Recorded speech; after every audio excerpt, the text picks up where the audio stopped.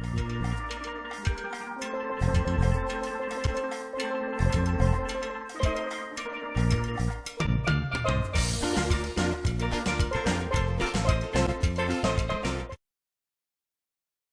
guess that's it. We'll get started. You probably already know my name's Steve Thompson. I'm president of Emery Thompson Machinery. We're a 112-year-old corporation. My grandfather, Emery Thompson, invented the world's first mechanized batch freezer in 1903 and patented it in 1905, which drives the Italians crazy because they like to claim that they did, but that wasn't until 1970 that I actually copied our design. I'll pass this along for you to see. Ken, can you get this on a camera just so that the people watching the video can see? What are you pointing at? Yes, that's good right there. Okay. So that's his original patent. I'll pass that around. It's also on our website. Okay. And that's what the Italian one looked like in 1927. Pretty similar. And these are my kids. All right, I get the point. We've got the whole array here today, something we haven't done in a while, and I wanted to run a 44 quart. This is the world's largest production batch freezer, and I'm going to make a batch of average Italian ice, and Jeff's going to have some ways to improve it. But people who buy this are buying this because their production is so large that they need something this size. This is going to make 4 tubs at once. Here's one way to improve it. Yeah? Oh, stop. So we just all had our hands in the machine, so I'm going to sanitize it real quick. This is Sterashine, and I'm not here today selling products. What I try to do is make your life easier. And the health department is out there to make your life miserable. And so if you are using products they never heard of, it's just difficult. They know Sterashine. It's an American company, and it works very well. And I'm just going to put a little bit of the powder into some water, and it just dissolves very quickly. Half a capful? Yeah, that'll do. And then stir it up. And as soon as this goes into the machine, it hits all the moving parts. Everything has been sanitized. There's no bacteria. Now, interestingly enough, I had a surprise inspection yesterday at 5:30. The inspector came, and this requires a test strip to make sure that the parts per million are accurate. For your inspector. That's what he wanted? Yeah. All inspectors are different. So he gave me a kit. It's a little box with strips in it. You dip it and it turns a color. So he left, I threw it away. Are we on? We are I was kidding. Yeah. You sure that wasn't a drug test? just flag the tape. Yeah. I put it in a special spot, honestly, right? Now, when I'm making ice cream, ices, or gelato, I'm going to turn on the beater and then the refrigeration, and we start freezing. Here, I only have water going in, and if I turn on the refrigeration, it'll turn into a solid block of ice. So I don't want to do that. So I'm just going to hit Italian ice, and start. And they might say every inspector is different. I know the second that it hits the metal, everything is sanitized. They may want it to run for 30 seconds, minute, 2 minutes, 3 minutes. So what the correct answer is whatever your health inspector says. Now, when I take the ices out of here, or the ice cream, it's going to be thick, and so it's going to flow out very fast, and we're going to have the door open wide. But right now, it just got water in here, and we'll have it spinning for the ices and ice cream.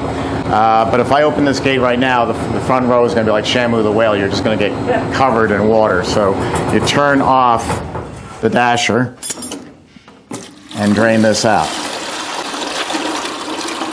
Now, I like to keep this sanitized water off to the side because anything that comes in contact with the ice cream, like a spatula or my hands or anything else like that, I have it right there, and it's sanitized. All our barrels have a slight pitch forward so that it will completely drain out. But if you follow the directions, it says you don't have to do a rinse after this, so we don't have to. And while that's finishing, we'll get started on this, because ices take longer than ice cream. The reason is the higher sugar content of a product, the longer it takes to freeze. Do you have a knife? Do you see Right it? here. Okay, great. I just wanted to make sure you had a knife in your I don't. How many times can you use that solution? Just one time? Today, I'll get that. I'll get that. you could use it for all of today, but I'm not going to sanitize between batches. As long as I don't open this up or put my hands inside the machine, it's sanitary. So I can make batch after batch after batch. I can even rinse out between batches. If I made the mistake and went from chocolate to vanilla, I might have to rinse a couple of times. But I'm not breaking the sterility of the machine until I open the door. If we took an hour for lunch, which has never happened in my lifetime, I would probably re-sanitize when I came back just to play safe. You can never be too sanitary. You need Now- both of these? Yeah. Now this is the iRice big machine. This product is iRice Company, who they're out of Philadelphia. They're on my website. They have a great reputation for making Italian ice flavors, and they are now have gotten very heavily also into ice cream flavors. Jeff and I make all of our ice creams by shopping at the supermarket. That was Jeff's idea, and I've adopted it. That's why we call this Make It Fresh. But if there are certain flavors you don't want to be bothered with, like maple walnut or something else exotic, iRice has flavoring for that. But I'm using this today because it's the best known, and if you're running a large wholesale business of Italian ice, this is the easiest way to do it. So the recipe calls for a 20 quart machine, that's over here, 24 quart. This bottle would be 1 gallon of base plus 2 pounds of sugar per 20 quart batch. So we're going to double that, and we'll pour Well, that I guess in. this isn't plugged in, right? The scale? Well, the bags are 4-pound bags. Okay. Remember, they took a 5-pound bag and reduced it down to 4. Yes. Can you believe that? That's like coffee. Coffee used to be a pound. Now it's 12 ounces. Price didn't come down, though, did it? No, it sure didn't. Okay, that's one. Pretty. That's your stomach. All right. It's wholesale. And best of all, it was free. Jeff, I'm going to need, Sugar. yeah, and also water. I can't get out. How much water you need? You know, I've got a recipe here, and I can hand it out to everyone. Yeah, I got it. Let me do that. Jesse, would you, How much we can keep one here. Just throw some of these on the table. And 7 gallons. 7 gallons of water? Yeah, The hell are we making it's here? a 10-gallon machine. So it's going to take us a little bit. 7 gallons, huh? How many quarts is that? Come on. 28. Okay. 28. Jeez. And we'll Sugar. put- Sugar. Yeah. Sugar where? Sugar there? Sugar there.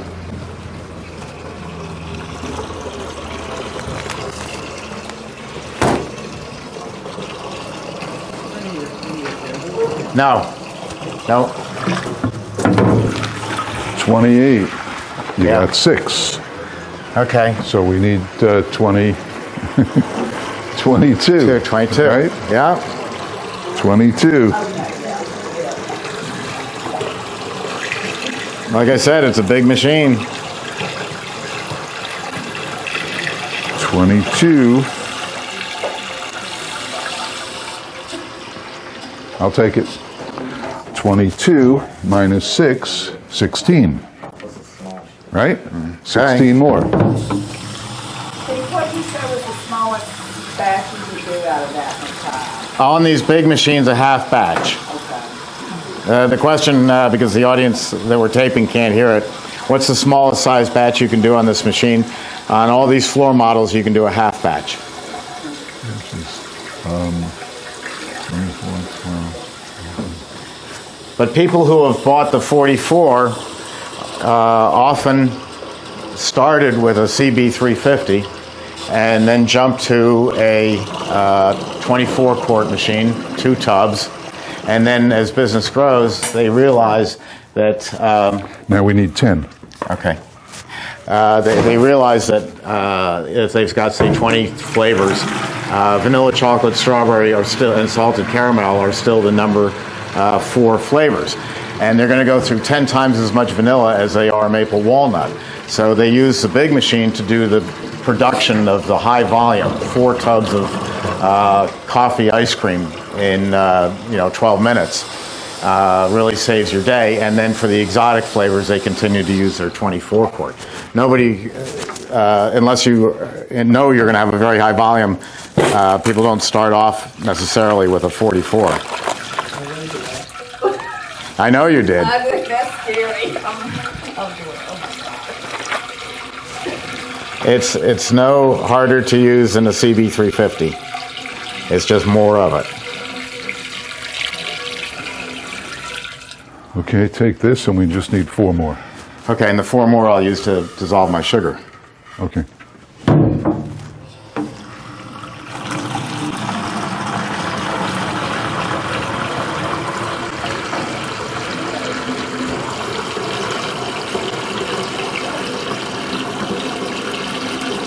Too quiet in here. Well, okay, you mean because I'm not talking? I hear crickets. 4 pounds of sugar.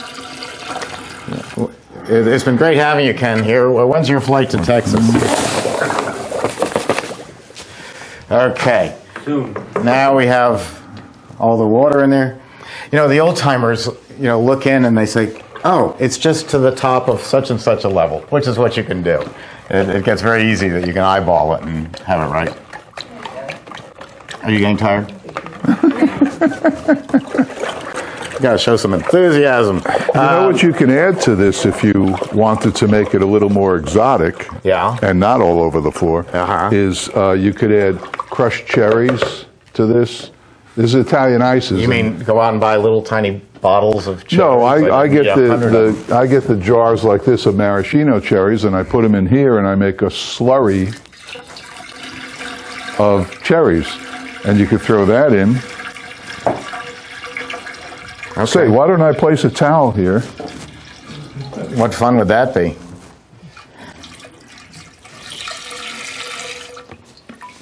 All right, so what's my total water in here, did I say? 7 gallons. 7 gallons. 28 In a quarts. 10-gallon machine. So 7, 8, 9, and then the liquid. That sounds good. Should be right.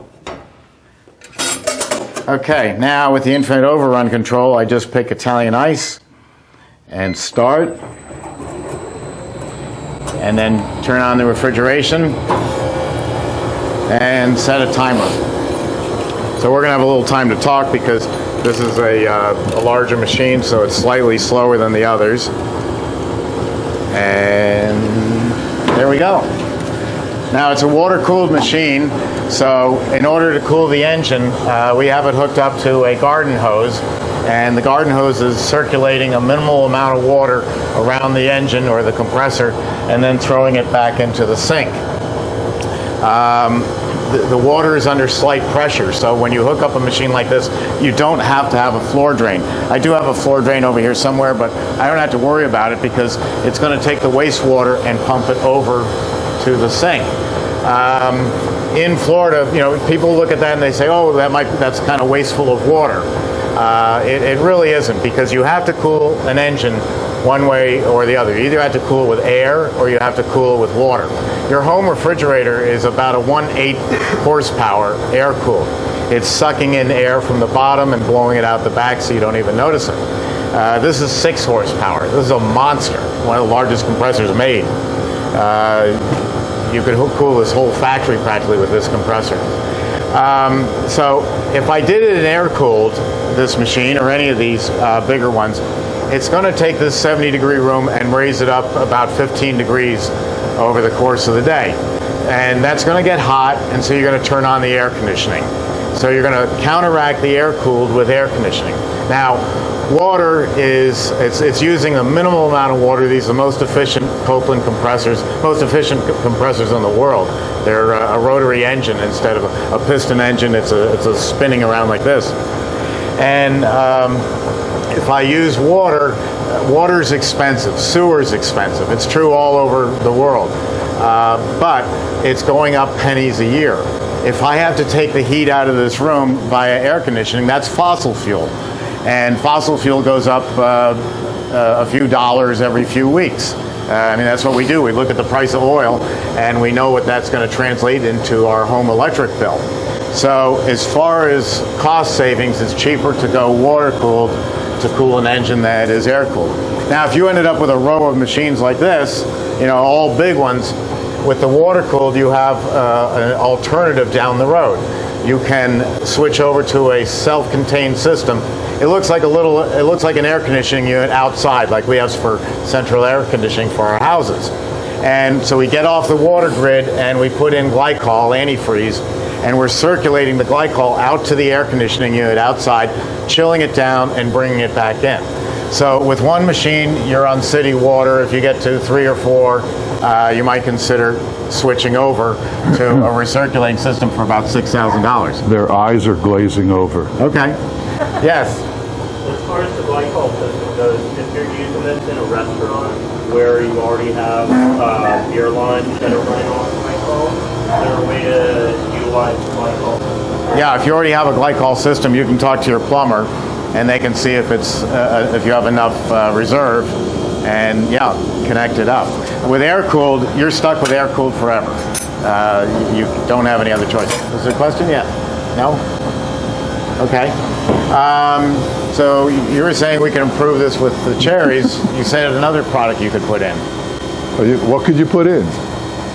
Cherry Italian ices to make it gourmet. Chocolate chips? Chocolate chips. White chocolate chips make it really high priced. Cherries, dark and maraschino. That sounds good. What else? They're all sleeping. They'll wake up. The water discussion put them right out. It's important. Yeah. This product is going to cost about a penny an ounce to produce. So this is the way we sell it in New York. This is called a squeeze cup. Except if you ask your paper salesman for squeeze cups, they'll look at you like a deer in the headlights. It's a New York term. That's known as a pleated water cup. You know, like you go over to a water fountain, you pull down and you get water. And that's what it looks like. Very inexpensive. And what we do is we fill that. It's a 3.5 ounce cup. We fill that with 4 ounces of Italian ice, so it's crowned over, and we eat it by squeezing it up like that. No spoon, no bowl. Is that how we're going to serve it today? We'll serve it in that today? We can serve it in that, and it's a lot of fun. And a very inexpensive way to do it. So you've got 4 cents for the product, maybe a quarter of a penny for the squeeze cup, and you're selling this for a minimum of $1.50. It's the most profitable thing that you can do. If you wanted to make this all natural using just fresh cherries, then maybe your cost would go from 4 cents up to about 6 or 7 cents for the squeeze cup. Still, you're selling it for $1.50. What I love about it is you can sell it in any neighborhood. You can go into a poor neighborhood or a developing country where 50 cents would be a lot of money, and sell it for 25 cents, and you're still making a 20-cent profit. How many of us are going to open up in a developing country? I'm in 172 countries around the world. So Bronx is a developing country. Oh no, we never made it to developed. I'm sorry. Yes. Your buddy in the audio. When would you add the cherries and the chocolate chips to that? I would do it right away. Like, all right, like now? Yeah. I mean, when you put everything else in? I would put it right at the very beginning. It's going to grind them up a bit, but that's what we want. We want cherry pieces. Okay. It makes for a great product. Now, I wouldn't put whole cherries in there because then, you know, you bite into it and you got a rock. Right. So that's why I grind them up first and then put them in. Well, this is going to grind it up pretty well, especially in sugar water. In ice cream, not as much. Yes. Paint thinner? Bean cherries. Bing cherries. Well, no pits. No, none. Has to be visible. Yeah, I use dark cherries and red cherries I use. Yes. When putting fruit in, do you have to account for the water? I'm sorry. What was the first part? When putting fruit into the machine, do you have to account for the water content already in the machine with your recipe mix? So if the recipe calls for 4 quarts of water, but you know that blueberries have X amount or strawberries have X amount of water content, do you put that into your variable, or that's not an issue? No, when I'm adding additional products in, I don't count what I'm adding in as part of the... I have a good answer I don't for have that. to for the total volume. I have a good answer for that. After you put everything in, when you first start it, take a spoon, taste it. If then you feel that it's not bold enough with the blueberries, add more. But I think you're talking about the size of the cylinder. The 44 quart machine is actually about 52 quarts. So there's plenty of room. You have more than enough room to throw in whatever you want. Oh, you were talking about capacity instead of flavor? I was actually it was a twofold. Come on, question. So throw me a bone here, you know. So you just said you could like put it in there and taste it. So like right now you could stick something in there and taste it. Yeah, what I normally do is I take a spoon and I just, Okay. and then the next guy has cherry ices with plastic in it. Yeah. No, just kidding. The way to do it is to turn on the machine, let it all mix up for 10 seconds or 30 seconds, shut it off, and then taste it here. Yeah, you should put that underneath, I guess. The interesting thing about Italian ice versus ice cream is what you taste here is what you're going to get. It doesn't change, it doesn't age. Ice cream 24 hours after you make it is going to be more flavorful than when you first made it. The flavor blooms, but ices don't. They're exactly the same thing. Yes? What temperature does it come out as? For Italian ice, it's probably coming out at about 20 degrees. And then we want to serve it and store it at 16 degrees. So I like to use a separate dipping cabinet just for my ices. Normally when I make it, I'm using sugar, water, and fresh fruit. And no chemicals, no stabilizers, no emulsifiers, nothing.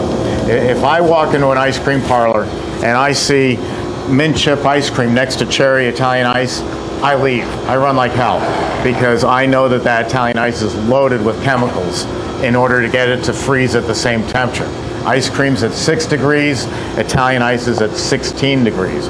So with a product food cost of 4 cents and a selling price of $1.50 or higher, I can well afford a small cabinet like this.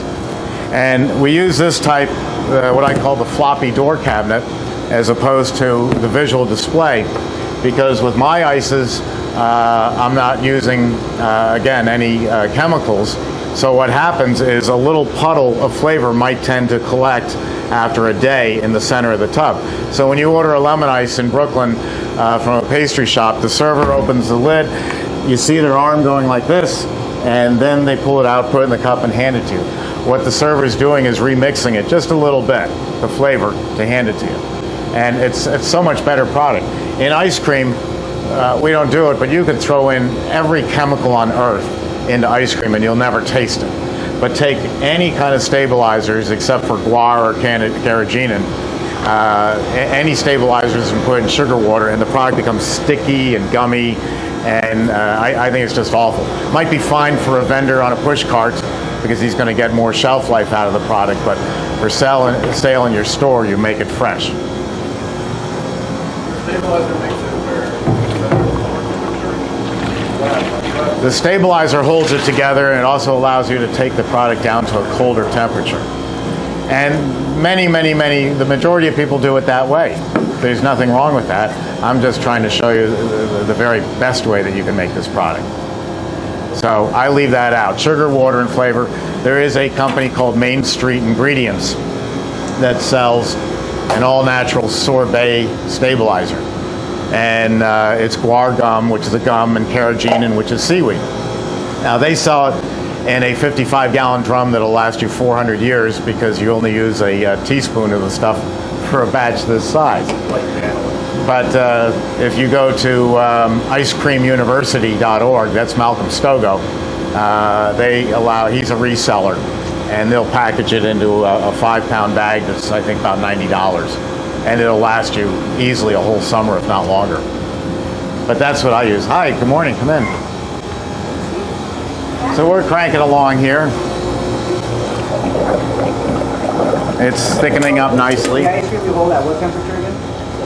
Say it again. Ice cream. You like to hold at Ice cream I scoop at 6 degrees. 6 degrees. Yeah. Shape ice, Italian shape ice. Italian ice is 16 degrees. What about cream ice? Cream ice is going to be 14 to 16, but not much difference because there isn't that much dairy in cream ice.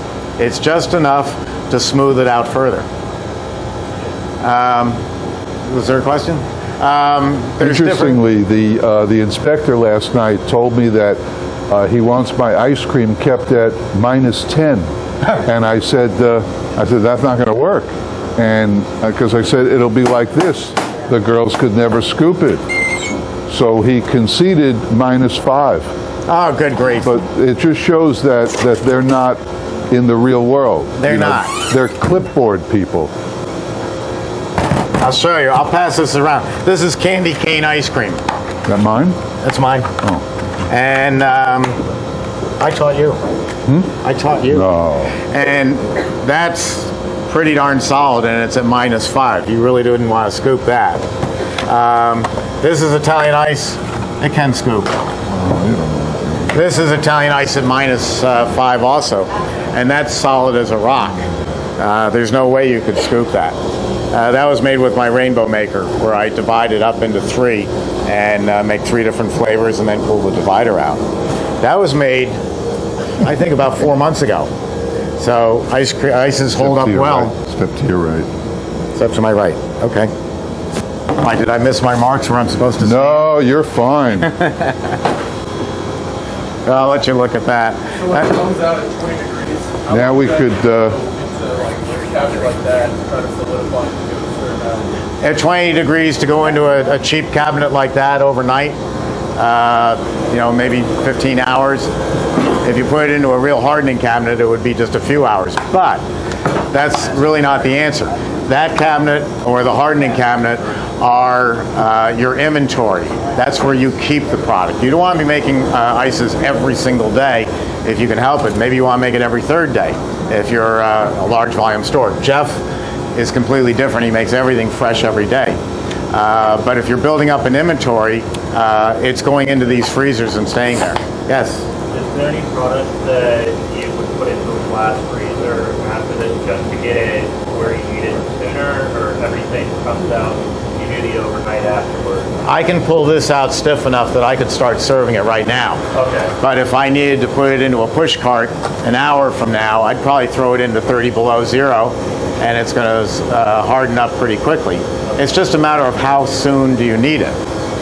And you don't find that takes away from the product, it doesn't change the flavor profile or anything? The colder you freeze it and the faster you freeze it, the better the product will be. The ice crystals will be smaller.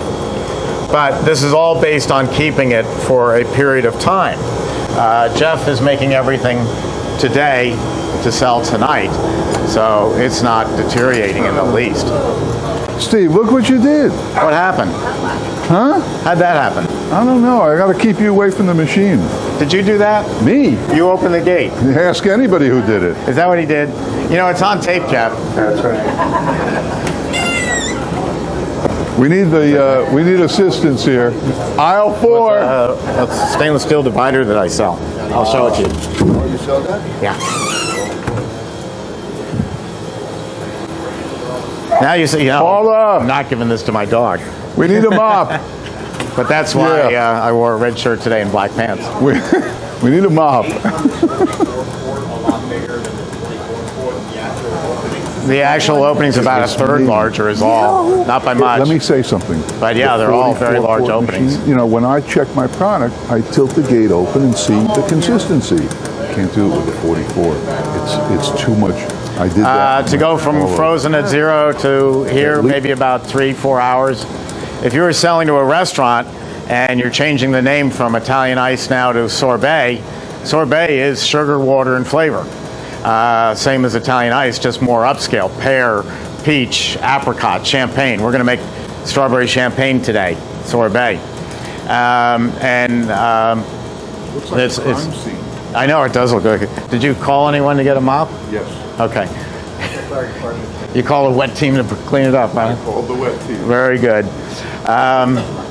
So it depends. If I'm selling to a restaurant, I deliver to them rock hard, and then I tell them, Chef, all you have to do is if you're going to serve this from 7 to 9 tonight, take it out of the deep freeze and put it in the refrigerator.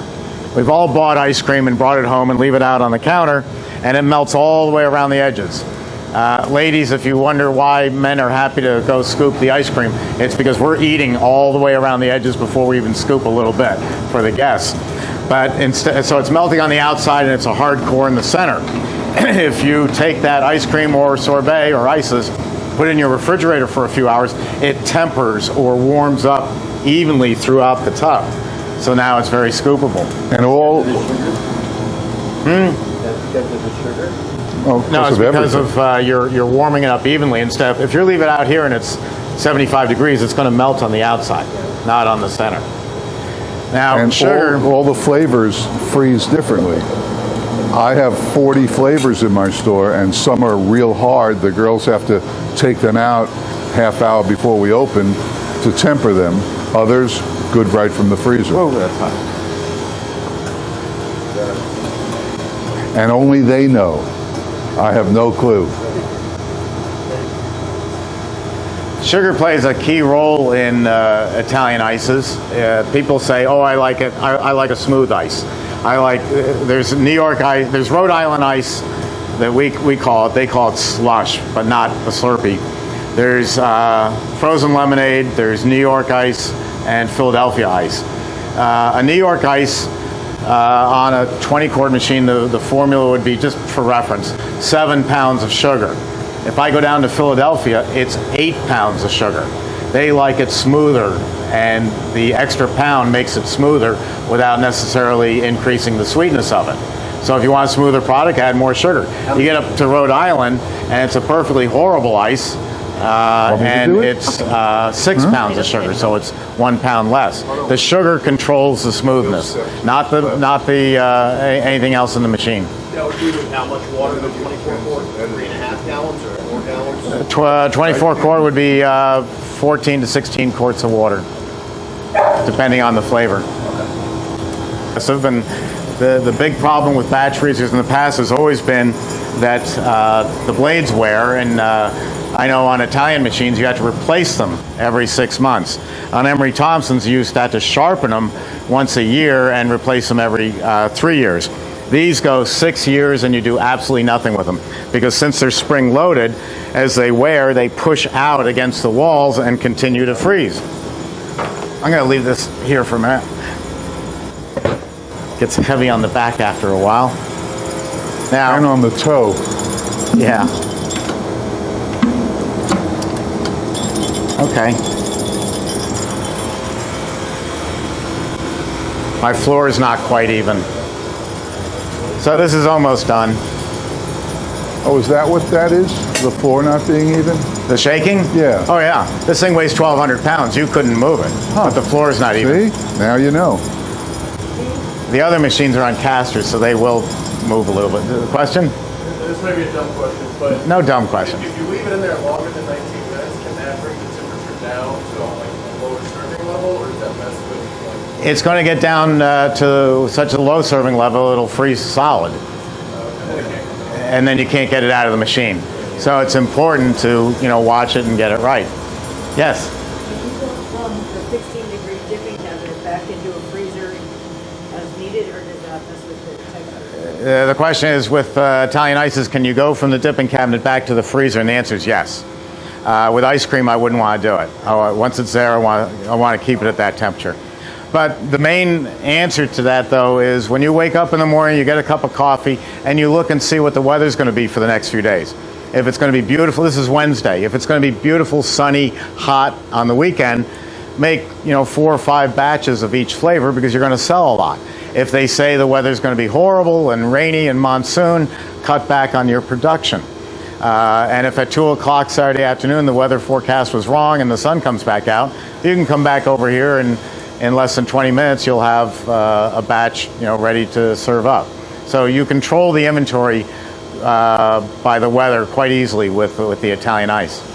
The people who are using these machines who are wholesale, who are like Little Jimmy's and Rosati and Via Veneto, they're making thousands and thousands of gallons. So they're making product in April to sell to you in June, or they're making it in June to sell in late August.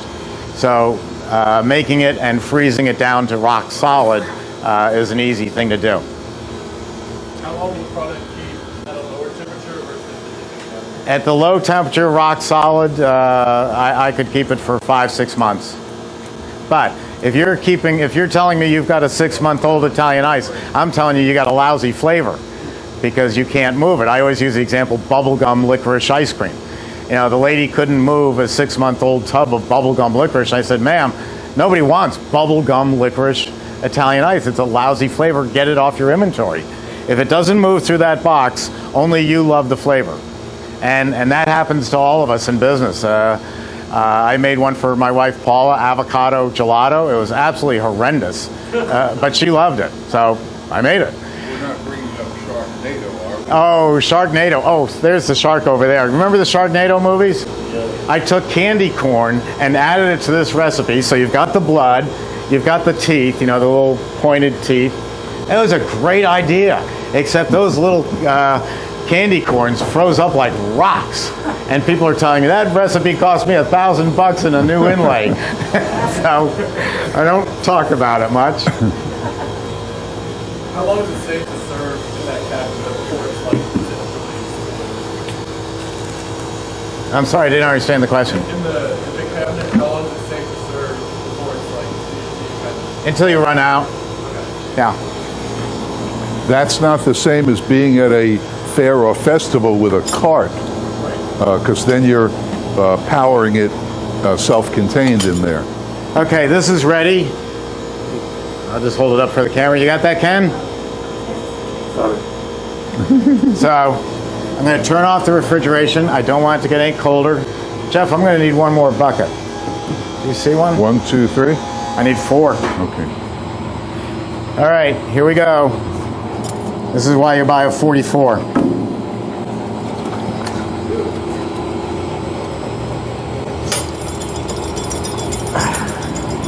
If you don't have a backache now, you will.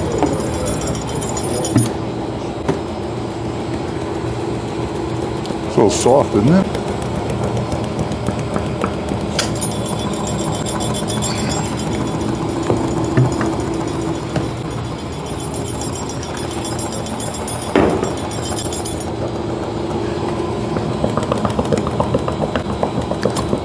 So that's, Good audio on that, too.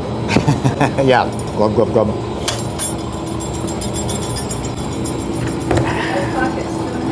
They're 3 gallon. It's 1 bucket per person today with a spoon. I'm going to need another tub. Some flavors take on a little more air than others.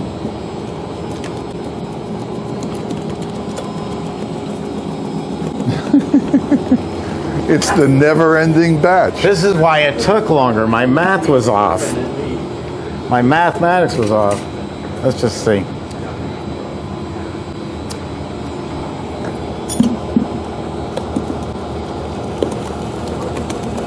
This is getting silly.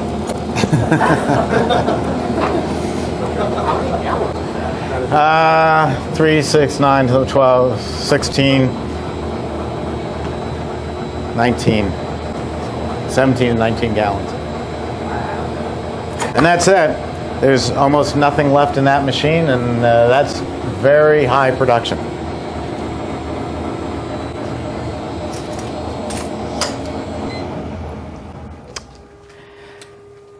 Do you want to try it? That's cherry Italian ice. Okay. Come on up and we'll serve How are we you. going to do it? We ran out of half of these by some accident of fate. Well, if they don't mind a little slowness, I'll do it. No, I mean, I'll do it. Do you want it in bowls or in these? We'll do it in these. So they can see that you squeeze it. Now see, that's a ready-to-go product right out of the machine. Thank you.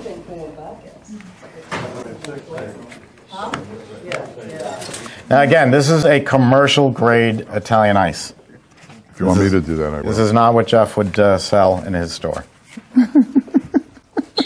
Why, I'm an elitist? Yes, and yes. Yes. But look at the margins on this. This is 4 cents. However, don't You lose can't sight- have that spoon. You eat it from the bottom. You squeeze it up. I'm not from New York. Well, Pennsylvania either. These are 2.5 gallon buckets. okay, that's why. Some of my buckets are 2.5, some are 3. Thank you. There we go. Is there a liquid sugar that tastes as good as the granulated, so you don't have to stir so much, or is that? Well, that didn't take me but 30 seconds. Oh, I yeah. wouldn't spend the extra money. No. That would be a waste of money. Got it. Anytime you add any extra labor, convenience to something, you're raising the cost. I mean, this took enough time that didn't hurt you to get rid of just a little stirring. You wouldn't add honey instead. I gotta go all the way back to California, so I gotta go all the way back to California. They have to go back to Washington and Oregon. Oh, you're going to do that? How nice. No, I'm just checking it. Oh, You're good to go. okay. Did you get some ice? Yeah. Okay. All right, everybody, Jeff's going to take over.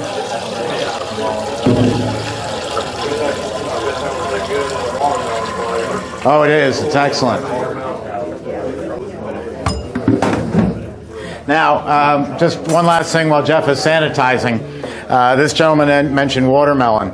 Watermelon's a great flavor in Italian ice, but all the cantaloupes, honeydew, watermelon, all of them taste great when you're eating them, but they drive executive chefs nuts because they have no real flavor.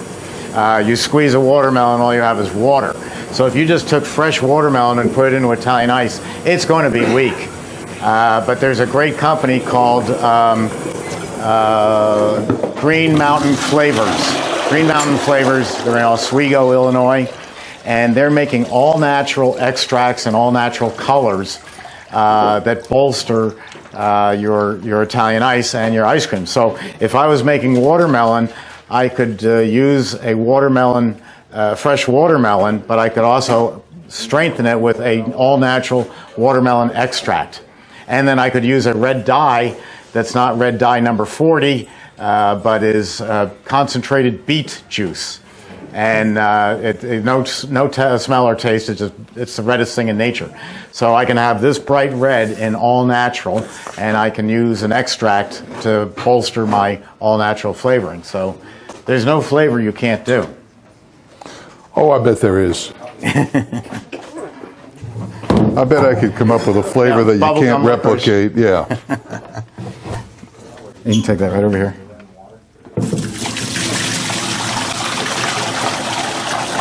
Trying to break it down, that's all. All right. All right, see if you can wake them up. Okay. Now can I pull that cord across the floor? Sure. Yeah. Yeah. Okay.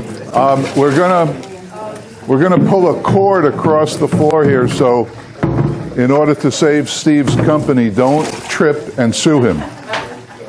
Yeah. It's like don't open up the gate to the Italian ice. Andy, you want to take these and dump them? This is said cord.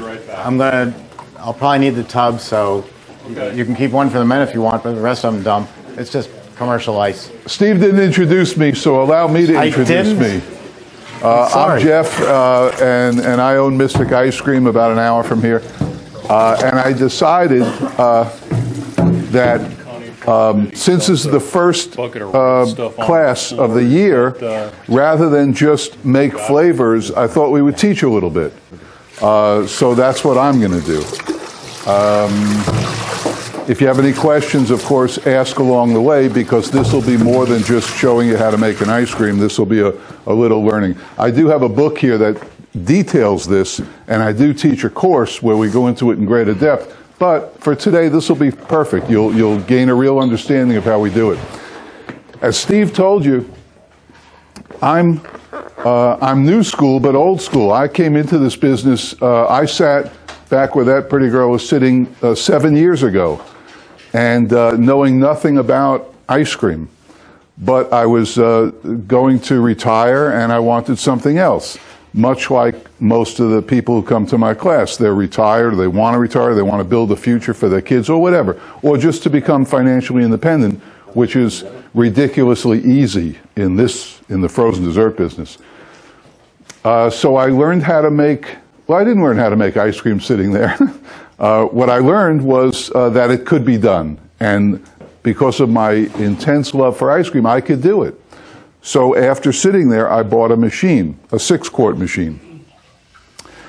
And being totally new and not knowing anything, my thought was not to buy jars and cans of colors and flavors, but rather what I simply did the day it was hooked up in my kitchen in the house, I went to the supermarket. And I took a cart and I walked up and down all the aisles looking at anything that I thought would make good ice cream. And of course I took Oreos and I took cans of coconut and I took cookies, and all the candies certainly looked good. And I came home and started experimenting, and I made some pretty good ice cream out of foods that we've grown up with and that we know the taste of. As much as the cans try to replicate the taste that we grew up with of, let's say, Oreos or coconut or anything, I like the foods. So I have built a following through my class of hundreds of people who now go supermarketing rather than go online buying cans and stuff. And as you can see, it's go supermarketing. Make incredible ice cream without buying jugs, cans, or jars of flavors or colors. And that's what I believe in, and I still do it. And now I do it even on more expanded basis. So, in my store, I always thought it would be great to sell ice cream that's candy. Everybody likes all these things. I certainly do. And there's, here I just have a small sample, Twix, Hershey's with almonds, Snickers, Payday, M&M's, Kit Kat, and Nestle Crunch. There's also Reese's Peanut Butter Cups, and anything you see, we can make ice cream out of. And it's a very simple technique. Any of these, any candy bar in the world that you see, you can make ice cream out of. Any cake, any cookie, pretty much anything, right? You can make ice cream out of using this technique. So, today, this is the #1 candy bar in the world, by the way, Snickers. So I thought, being interested in making some money, why not have Snickers ice cream? So, here's how to do it. And here's how to do it out of any candy bar. It's a 3-step process, very simple. It only requires you buying one thing, and that's this. Traditional blenders with the 3 blades on the bottom, even a Vitamix, no good. They're not going to do it. Yes, I bought a Vitamix for $500 and sold it because they don't work. The reason they don't work is because no matter how strong it is, there's just a blade on the bottom. That's it. Ninja came along several years ago, and they created this. Which is 6 blades, extremely sharp. And yesterday I unpacked a new one to bring here, and right away sliced my finger open. But this is the reason that you can do this out of any foods you want. This one piece of equipment right here. These Ninjas run less than $100, and they last literally forever. They don't break, and you never have to sharpen it. They're almost self-sharpening because of the design of it. The whole thing is just like a blender, a base motor, a come on, container, this, and a cover. So the way to do this is to take any candy bar. Let's say we're going to do Snickers. We'll do a few today, but we'll start with Snickers. It's a phenomenal seller in the store because when you taste it, what you're going to taste is this, because that's all we're making it out of, this. So how would you do that? You can't put these in the Ninja or any blender. You'd get a lot of gummy and the motor would burn out. So, well, yes, you do freeze them, but you can't then take these little blocks of rocks and put them in here. So what I do is or I had you do it yesterday, right? I take them on a cutting board after you determine how many you need, which is another part of the class, and I slice them and then put them in a container and then freeze them. And what we get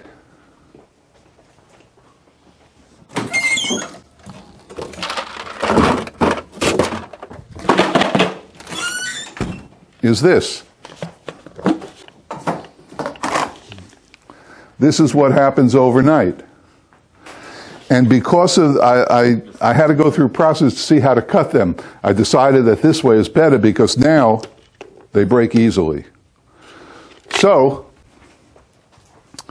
we're making a half batch. At my store, I have a 24 quart. Steve's got me on a 12 quart today, so I brought enough to make what I call a half a batch. And as I tell you every month here, put your recipes on these cards, put them in a file box, and that way you know where they are and they don't get lost and all that. So we're going to, this is 24 of these, 24 Snickers bars. Is this recipe in the book? It is in the book, isn't it? Yeah. And all we're going to do is throw them in here now, and I'm breaking them as I'm doing it, they break real good now. Originally, I was cutting them into chunks. You're using 24 for 12 quarts. Correct. And then you're still breaking them up at Yeah, I break them up because it's less burden on the motor. I'm sure this motor could handle it either way, but you can't do this unless you freeze them, and you shouldn't freeze them unless you cut them. But you can buy that stuff already like that. Not Snickers, you can't. Yes, you can. I do it every day. Okay, every day? Yes, sir. Well, go get me some. Anyway. Call U.S. Foods. Okay. 10-pound box. Okay. There you go. You heard it. All broke up. All broke up. And we keep them in the freezer. Okay, so we'll plug it in first. It's going to spin a lot faster.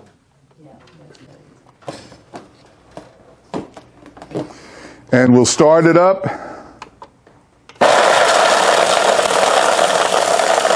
What we're doing is we're taking a Snickers bar and making pretty much Snickers powder. But it's a real Snickers bar, so the powder is real Snickers. It's not, you're not adding anything else to it. We will in a minute, but there's a reason for that too.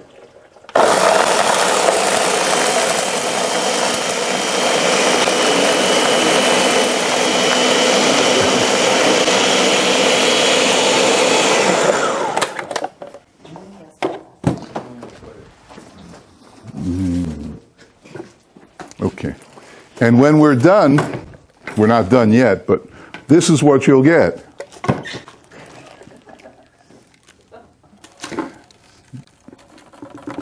You'll get ground up Snickers bars, and I do it as fine as I can get it. Where's that knife I lent you? I think I left it in someone. Here it is. Ah.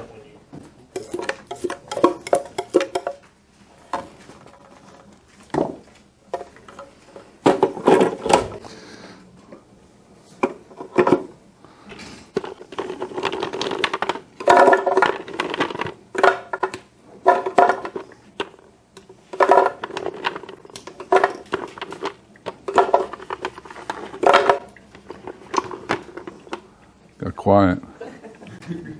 For a professional setting, you wouldn't use a robo-tube versus A what? A robo tube? food processor. like a Cuisinart? No, I tried a Cuisinart, didn't work. I'm telling you, this is the only thing that works for me. But however you can get the dust, you know, I'm down on that, but this is, did I just say I'm down on that? That's your influence, I think. Gives me all these handshakes last night.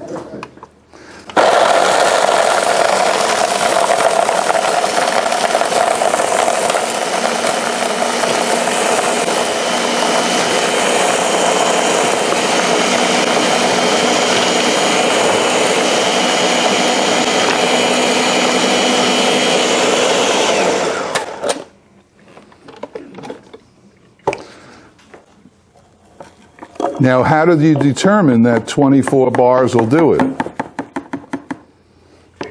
That's a horse of a different color. That's a tale for another day. But you'll create your recipes and you'll see what you need. I know that in my full batch, 48 bars works good. I try to make my recipes fit. For instance, this is how the mix comes in these bladders. Universally, and it's 10 quarts per bladder. So I try to make my recipes 10 quarts. And the Snickers bars, coincidentally, come 48 bars to a commercial box. So that's the recipe. What mix do you use? Like classic mix? Classic. Well, you mean what percent butterfat? I'm talking about like bladder. Like what brand do you buy? Where do you make it? Or? Well, hold off on that for a minute, all right? We'll get into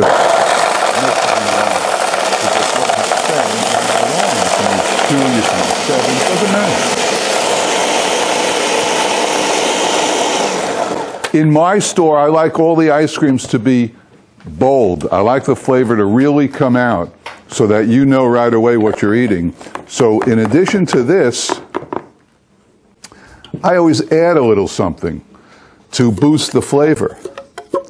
Now, what would boost the flavor of a Snickers bar? Peanut butter. Well, not peanut butter, but peanuts, right? And what else? Caramel, right? So what I do, that's it for the work in this. Oh, you saw this sitting here, sure. So what I do is I add peanuts. Now, in a full batch, I would add, no, peanuts. What did he say? What did he say? In a full batch, I would add a quart of peanuts. In a half batch, half a quart. And also a little caramel. I found a great product at Restaurant Depot. In the store, I use Lion's Caramel. It comes in the big cans. It's pretty good stuff. But I found this, which is Lion's Sea Salt Caramel. So you can't beat that. So I bought it, and gosh, it works pretty good. I just said gosh, didn't I? Jeez. Gosh. And a little of this high-priced vanilla here.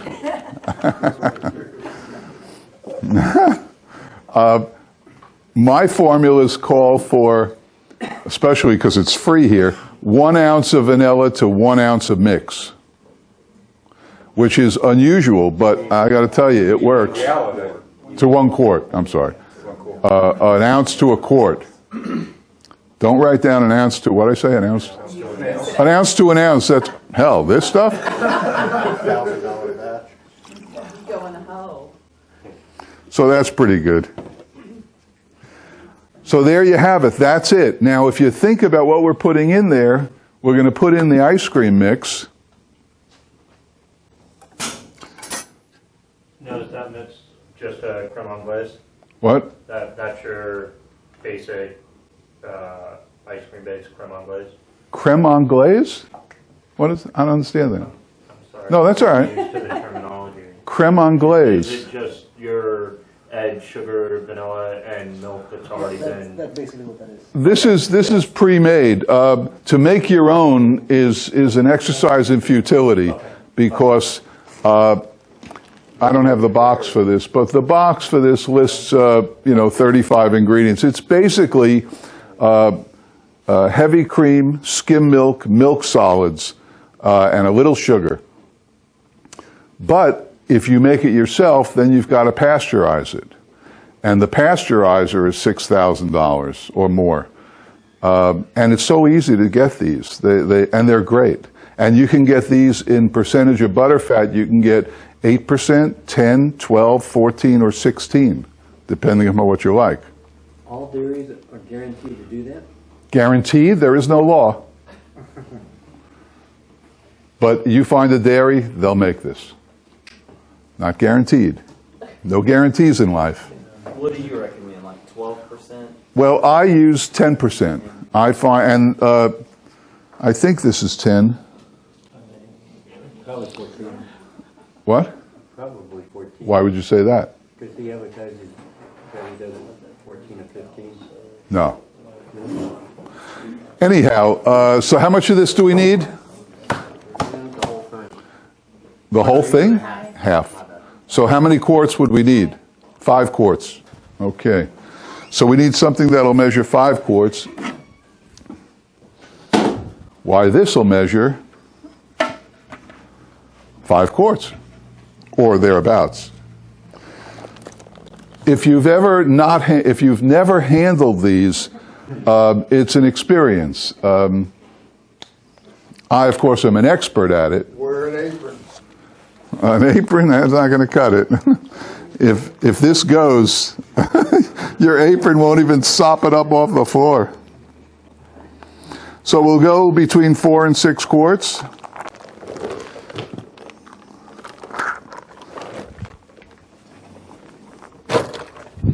We'll store that over there.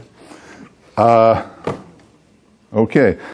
I like to get all the ingredients prepared in one spot, because when you're making ice cream, distractions will cost you a batch of ice cream. If you forget something and then it's done and you taste it, something's wrong, and you just throw it away. I throw it away. Throwing away a lot of ice cream. So I've got 1, 2, 3, 4, 5 ingredients, and on my card, 1, 2, 3, 4, 5 ingredients. I know I'm okay. What was your fifth one, vanilla? Snickers, peanuts, caramel, vanilla mix. So we'll throw this in there.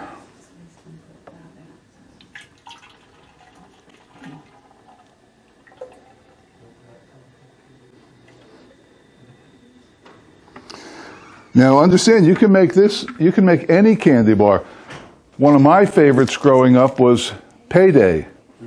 And that's my next project, which I'll start Friday. I'll work on getting Payday into ice cream and making Payday ice cream.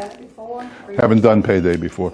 Right now at the store we have, not all at the same time because we rotate all our flavors, but I have M&M, I have Reese's, Snickers, Heath Bar, ooh, good one, Heath Bar Crunch. I can't remember, but I like the candy ice creams, and people love them, because what I do on my menu board, I try to use the logo of the ice cream, because when you buy these bars, they come in the big box, and you just simply cut the logo off and put that up, and it's so recognizable. Everyone in the world knows what that is, all of these actually. Also, I came up with, everyone was talking about Kit Kats. So I combined, bless you, I combined 2 flavors, and now we sell Coffee Cat, which is a coffee chip with a Kit Kat in it, ground up, frozen, ground up, same thing. And whew, that's good stuff. Almond Joy is really good too. Almond Joy, interesting. I won an award for my coconut ice cream many years ago when I first started. Totally coconut, I called it. And after, I don't know, 3-4 years, I decided to make Mounds Bar. So what I did was I used my coconut. Obviously, Mounds Bar is coconut and dark chocolate. So I got dark chocolate in a syrupy type base. It's actually, I'll tell you, it's Hershey's Special Dark, it's called. It's a fantastic product. And what I did was, as the coconut was coming out, I put it into a big container. On one of these videos, if you look back, you'll see how to make the swirls in the ice cream. So I took my coconut, a variegate, you know, the nice little, so that every scoop is swirled. You know, it has the coconut and the chocolate swirled into it, and we call that Mounds Bar. If you do it for Almond Joy, then instead of Hershey Special Dark, I would use milk chocolate, because that's what Almond Joy is, and I would maybe add some slivered almonds to it. And then you have that. And it's certainly easy to do. You take your coconut, make your coconut ice cream, and then throw your almonds in, your slivered almonds, right in the machine. And when it comes out, you swirl it with the milk chocolate. And then you have a great Almond Joy bar. I got to tell you, the thing about this business, what we taught Monday morning, first thing, was the reasons to get into this business. And of course, there are three of them. And the first one is profit. There's incredible profit in this business. But the second one was art. You get to be creative. You get to play house. You know, you get to come up with flavors and play, and I love that part. And the third part, what was the third part? This is fun. I mean, I'd rather be in my store than anywhere else. I love that place. When you just gave the example going from Mound to Almond Joy, how you would change it to... From coconut to almond, right. And then you'd add almond. Right. Do you look at the protein, or like protein's going to cost more to add in? So that being said, do you look at your food cost variable? One of the, I'm sorry, I'm taking too long, aren't I? I'm sorry. They're so interesting, these people. Okay, I get it. God, I'm on the clock. Oh, man. All right. Boss. Okay. I can't multitask. I have to concentrate. All right, give me a minute. You'll see what we're adding. You know what we have, right? We're going to add it. Oh, God. Look, my Band-Aid won't do this. No, it won't.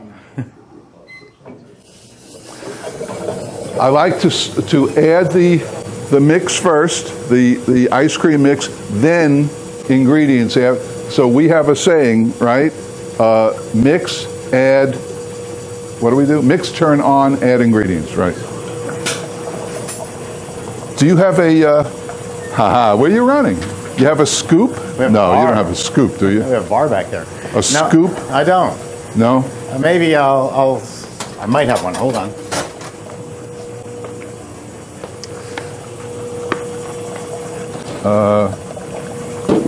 I can't do this that way.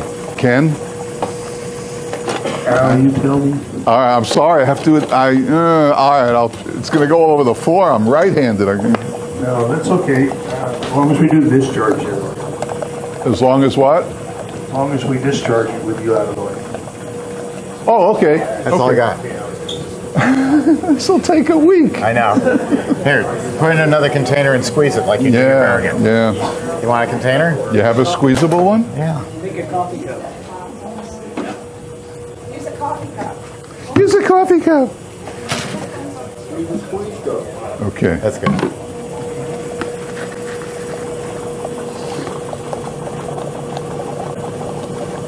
You missed that. Use a squeeze cup. Oh, yeah, this works real good, Steve. Want me to do it for you, Jeff?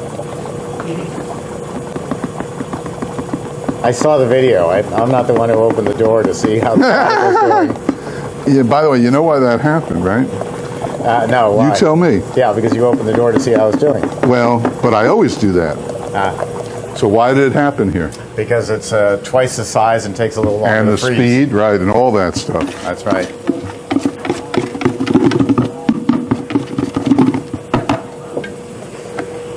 Right now, the freezer part's not on, Correct. You're just mixing. Correct. I like to add everything once that happens.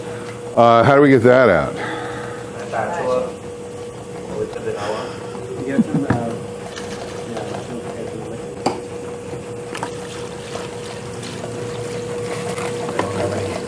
There's no extra charge for each one of these tips. They come with today's class. You're free to write them down. Yes, I meant to. Peanuts and caramel.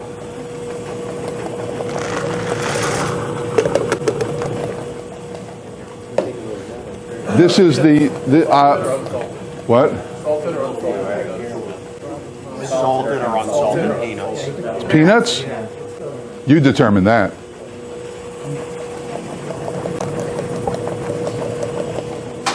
You gonna put that whole container in there? I am. In a full batch, which is what I make, I use 2 of those, or that amount. So there you have. You've never tasted Snickers ice cream like this. You know, most places you go for Snickers ice cream, it's vanilla ice cream with pieces of Snickers in it. That just doesn't cut it. This will be Snickers ice cream like you can't believe. Have you gone to the supermarket and bought those Snickers ice cream bars? Of course you have, but they taste good, right? This is the real deal here. You saw what we added. We added Snickers and the Snickers type ingredients. Yes, sir. How big are the bars? How big are the bars? Yeah, they come in different sizes.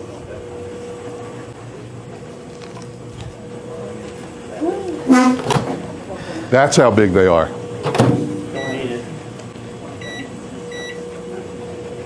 I want that back. So this bar is how big? 1.86 ounces. 1.86 ounces. So what would you do to make this recipe? Come on. Come on, man.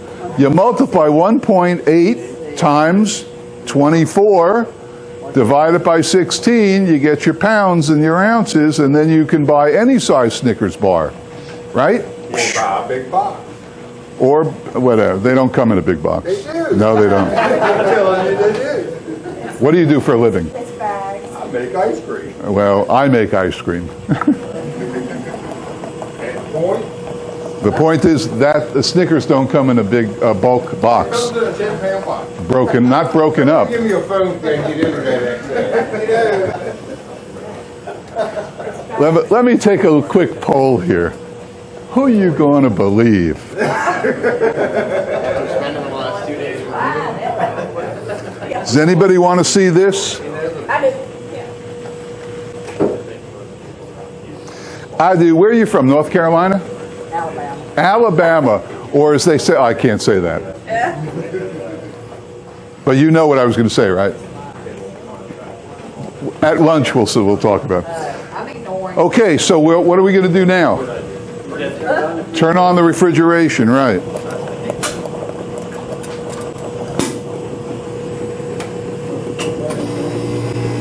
Now, according to Steve, this has taken way too long, but I would rather cut out a flavor and have you learn how to do this on any candy bar. Any candy bar. I mean, I'm doing it with Payday, which I never thought was possible. But Payday. Now this is 3.4 ounces. Almost double what that one was, right?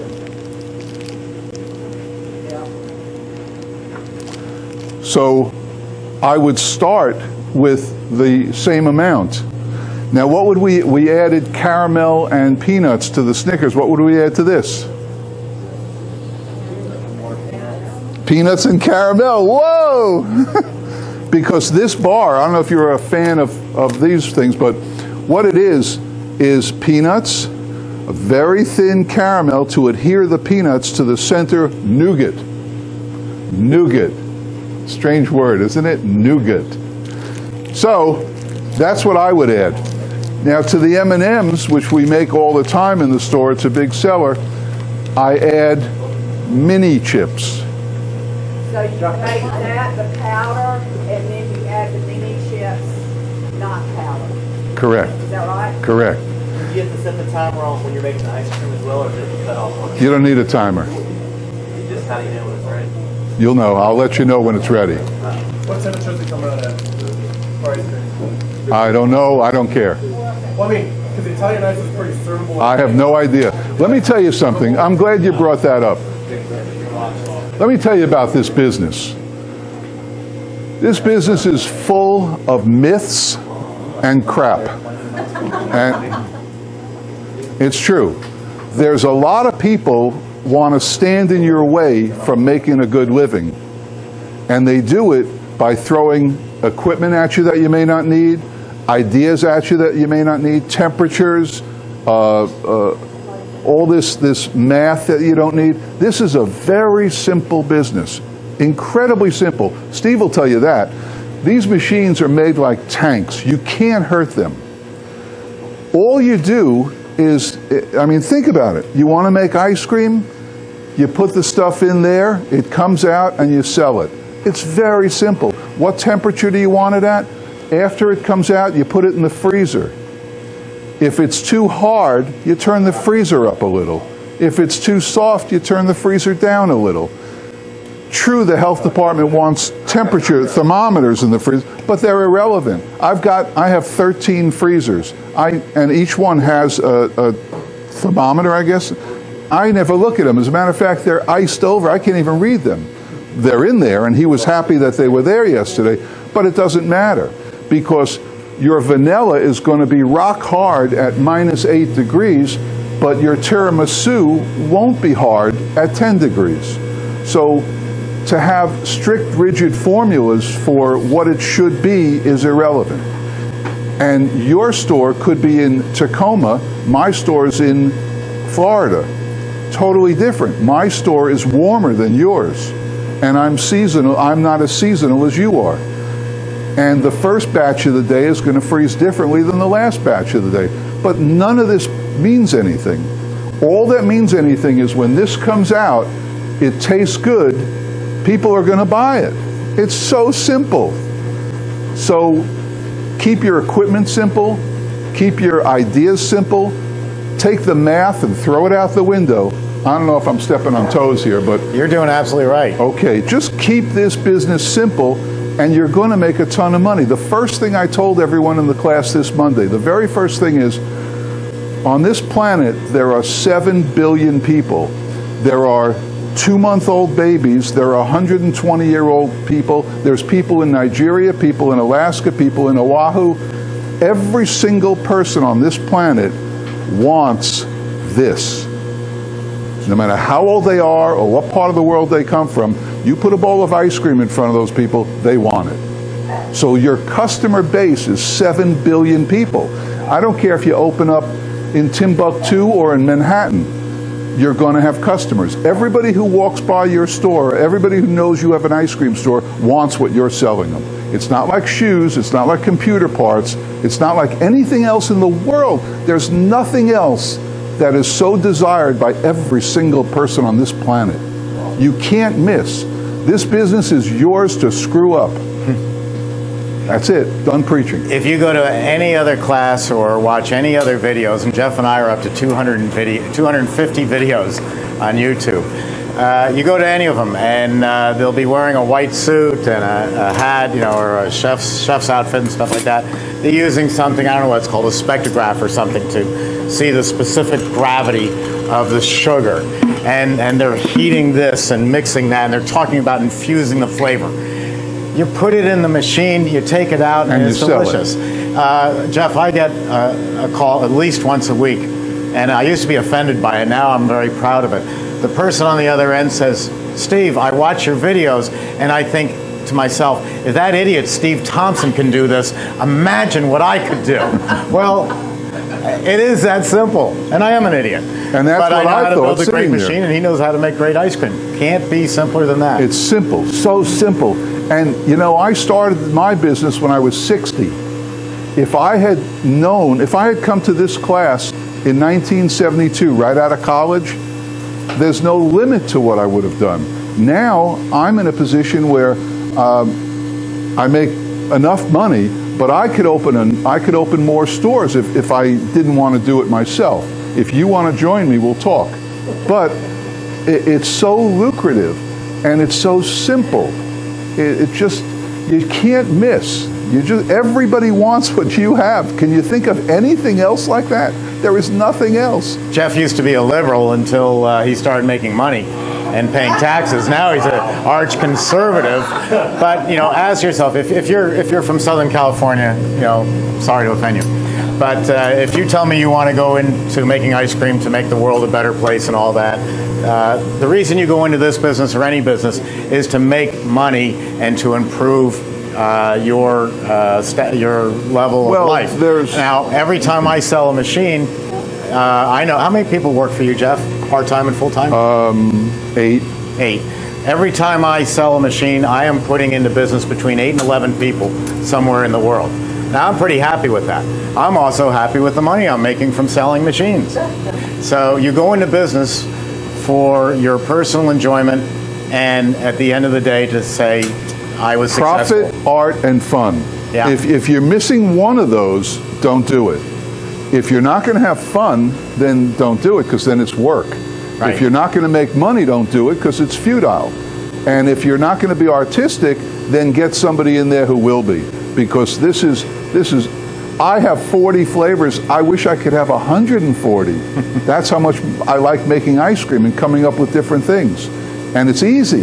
It's whatever you like, whatever you think will work. I've had flops, so you throw them away. But for every flop, I've got 20 great flavors. Okay, we ready? What do you say? You're increasing your business by word of mouth. Yeah, I do no advertising. More like taste of And mouth. we're in the middle of nowhere. And I'm only open 4 hours a night, 6 nights a week. And I get 200 people a night. So, As they say, go figure. Go Can you figure. turn the other way, please, for the camera? Okay, how do we know it's ready? Somebody asked how we know it's ready. No timer. I know it's ready when it holds a peak. When there's 2 ways that I can tell it's ready. When I look at it up here, I see that the gloss isn't on there anymore. The mix is glossy, but when it's ready, it becomes matte or dull. And then the other way is when it holds a peak. When you let it out and it doesn't smooth right into the whatever else is in there. When it holds a peak, I know I'm ready. So I'm ready. You ready? I'm ready. Look at this. You didn't prepare anything. Oh, you didn't tell me to. I was so in awe of listening to you. Thanks. What do you want me to do with it? I don't know. I just want to be able to scoop it. I didn't call you stupid. I said I want to be able to scoop it. Bowls and spoons. That's it. Okay. And scoops. We're good. Okay, we're good. Do we have scoops? Just throw these somewhere. I know where those are going. Yeah, right in the freezer. Okay, so this is Snickers ice cream. Another thing we'll get into in a minute. You see the color of this? It's beige. Most of the ice creams you're going to make, homemade ice creams, they're beige. They're not very pretty to look at because we're not adding red dye 32. We're not adding chocolate color. They're just beige. Which means that, don't get me started.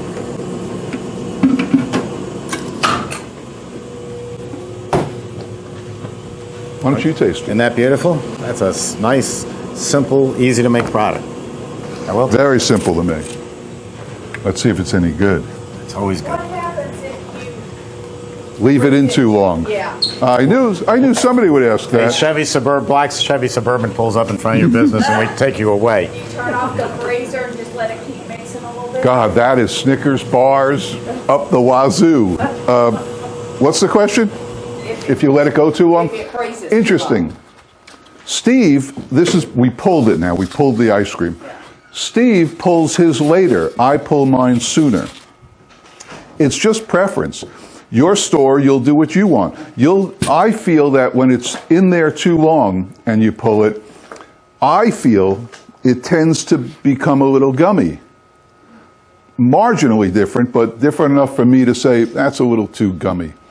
Too, what's the word? Tacky? Too what? Tacky? Tacky? That's my presentation. If I pull it sooner, not too soon. You don't want soup out there. But this is perfect for me.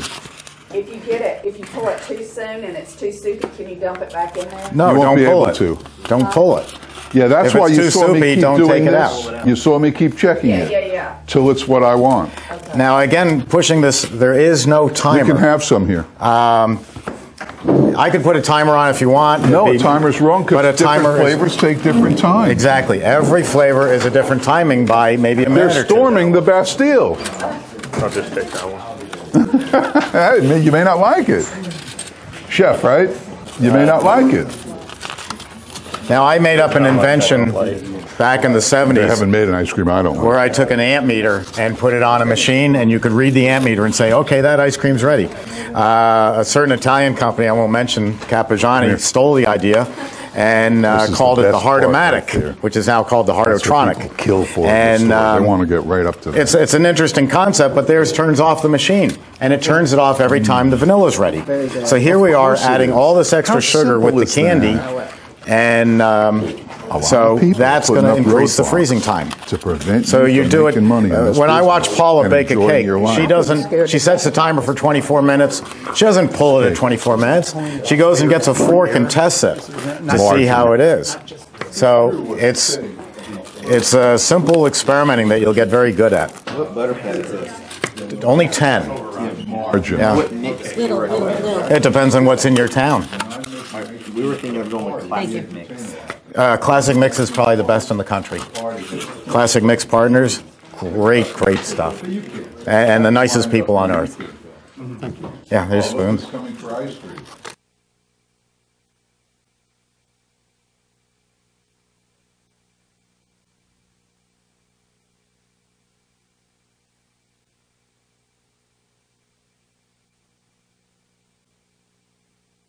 On the 6th quart, and I'm going to make something that I made over Christmas and had a lot of fun doing it, called sugar cookie ice cream. It's so simple, and I warn you, it's addictive. It is incredibly addictive. It's such a good flavor. So this one was already pre-sanitized. The gate is closed, and you know what? It's been a couple. How much mix?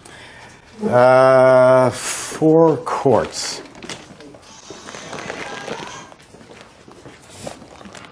Yeah, 4 quarts of mix.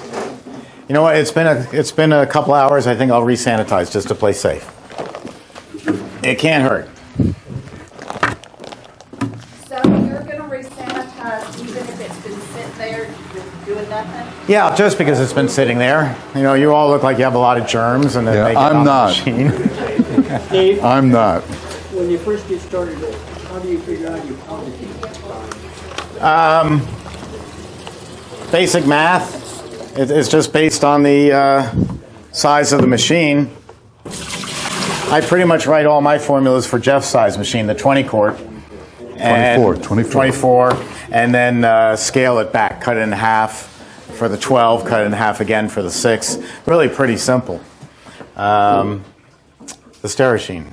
The what? The Sterashine. Does anybody Up see on it? top of the machine. Oh, right behind you. Okay. Here's a little bit in here. That's all you need. All right. I guess I'm asking you, how do you figure how much ice cream you want to get and how much quantity you want to get? Because you don't know what your flow is yet. Well, the quantity coming out of the machine is up to you, depending on the air content.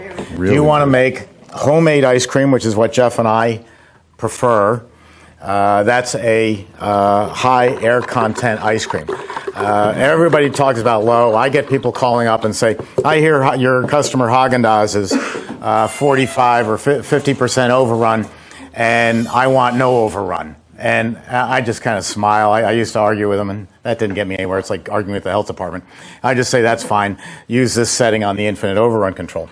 A low overrun ice cream, a 4-ounce portion is going to be so small, it's going to fall to the bottom third of the cone. And the customer walks away feeling I've been cheated.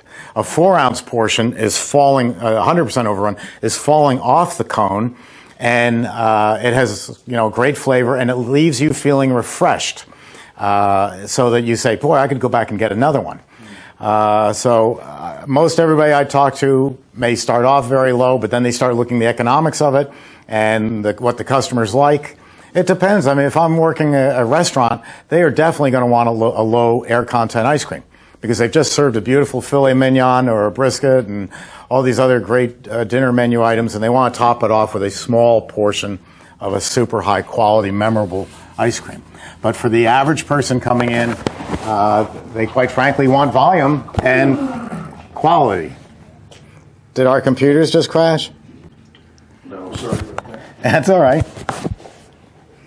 So are there any crevices or to where nut potential allergies can get hot that might not be so exciting? The question, are there any potential places where allergens with nuts and stuff like that? No, this is all built. There's 3 standards in the world. There's Underwriters Laboratories, which is electrical and safety. There is NSF, National Sanitation Foundation, which determines how safe is this piece of equipment. Does it have crevices or anything like that? And then there's CE, which is what all the Europeans use. CE is just such a joke. It's embarrassing because CE is a promise that you as a manufacturer will build a nice machine. That's basically what it comes down to. And you pay them $400 a year. I pay $1,000 a month for spot inspections by Underwriter NSF to come in here and just all of a sudden invade the place and check. And if they find anything wrong, they fine us heavily. They don't find anything wrong. What they will find wrong is it's critical. There's a spool of wire that's 10,000 feet. And it gets reduced down to 500 feet for us. Well, if it doesn't have the UL sticker on it, that wire is not legal. That's how strict it is. But to answer the question, there are no nooks or crannies or crevices. But the way things are with peanut allergies, I would make peanut ice cream last at the end of the day and nothing after that. Because then I'm going to take the parts, either just wash them in the sink or put them in the dishwasher. I used to think that this peanut allergy thing, because I raised 4 kids, I thought this peanut allergy thing was, a bunch of helicopter parents, going overboard, until I spoke to a physician who had gone backwards. She became a pharmacist. And she said it's very, very true, and we're really inclined to think it's because we all use so many sanitizers that kill off all bacteria that when we all grew up, we're out playing in the dirt and mud and petting the dogs and the dogs licking us and all that stuff.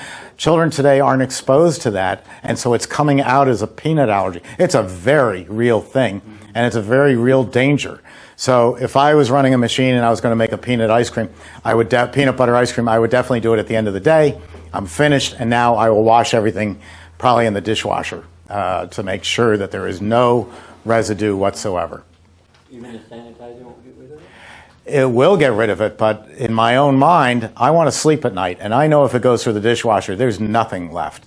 So it's, it's like if I was making that cheap Italian ice, I might add some citric acid. Well, citric acid comes in a gallon jug. It looks exactly like Clorox bleach, and I don't want to wake up in the night and go, did I put Clorox into my lemon ice or did I put citric acid? Better not to have them in the room. Better not to use them. Let me get going here. So we've got the mix, just my cookies over there, and vanilla. I'm going to use 4 quarts. I'll take 6 ounces of vanilla.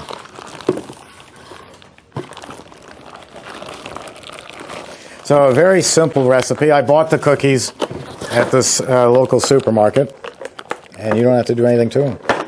We're going to open the bottle. That would be good. What are you doing? Trying to get a better handle on this. Why don't you just dump that in the machine? Oh, because I don't trust it. These are sold by weight, so there can often be more. Insignificant. Gotta be precise some days. How many ounces of vanilla? 4, 5, 6. Jeff told me this. Everybody and everything is rated according to vanilla. When you get into the ice cream business and you go around other people's ice cream parlors, I guarantee you're going to walk in and buy vanilla. Why? Because vanilla is technically the cheapest ice cream you can make, and as Tom Carvel used to say, if they're cheating on the vanilla, you can be darn sure they're cheating on the maple walnut. So if they're making a great vanilla, then I have got a good indication that your whole store is great. What about if you get a marble slab and you have vanilla and sweet cream? Is that just like the base? Sweet cream is a guy at 11 o'clock at night who had been making ice cream all day, was totally exhausted, and forgot to put the vanilla into the ice cream. So rather than throw it out, he got a chalkboard and put, today's special, sweet cream ice cream. It's just the ice cream mix with no vanilla in it. And in some places, it's the most popular flavor. Wow. It was just a mistake, but it works. Normally you put extra vanilla in it, don't you? Yeah, let me just get this in and I'll tell you about the vanilla. Did you drain that? Yeah, right, yeah. Thank you. That would be interesting. Yeah, I've done that before. That would be sugar cookie water ice. Bless you. How about that? Thank you very much. Now you see why people say, if this idiot can make ice cream, imagine what I could do. Well, and that's why you don't need to have distractions Yes. when you're doing that. You're not always talking to a group of people. Yeah. Yeah, that's true. Okay, now we're ready. And again, I keep this to the side in case I want to sanitize anything else.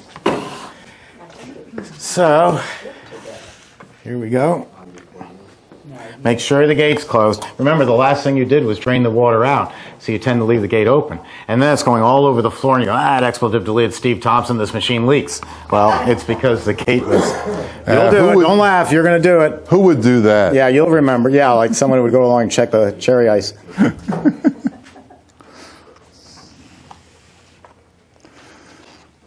So quiet.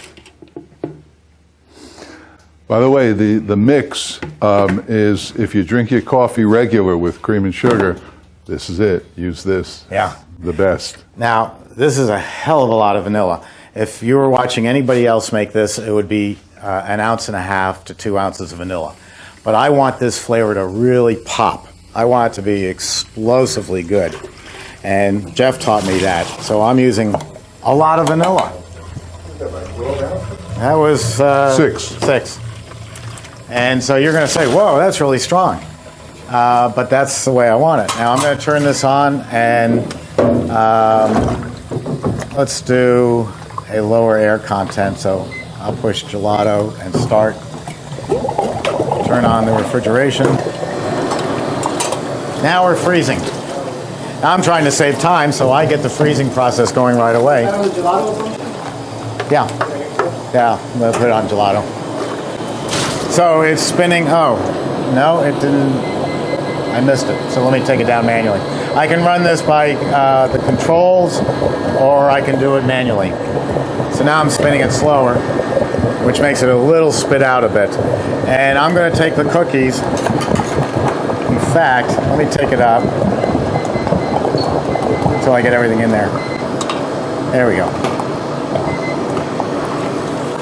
Now I'm just dumping these in. You can't do this with any other machine because the openings aren't large enough, and the openings aren't large enough because their freezing cylinders are so thin, they're afraid you'll damage the freezing cylinder. So they do not want you putting anything in. I'm sorry, say it again? No need. Because I want pieces.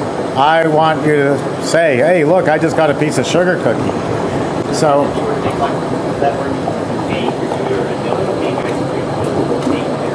everything, nuts, cookies, candies.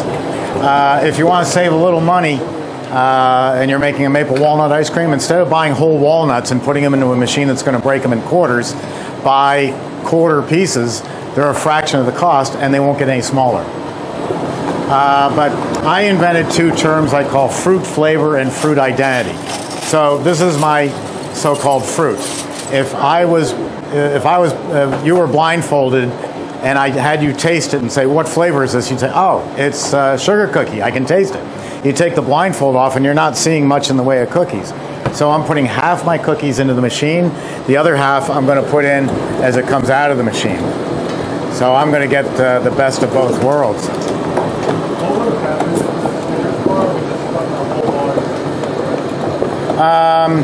I've done that, and you can get such irregular pieces that you might end up giving someone a piece that big, and that's not acceptable. Again, legal. You don't want them choking on it. So there's a lot of cookies. That should do well.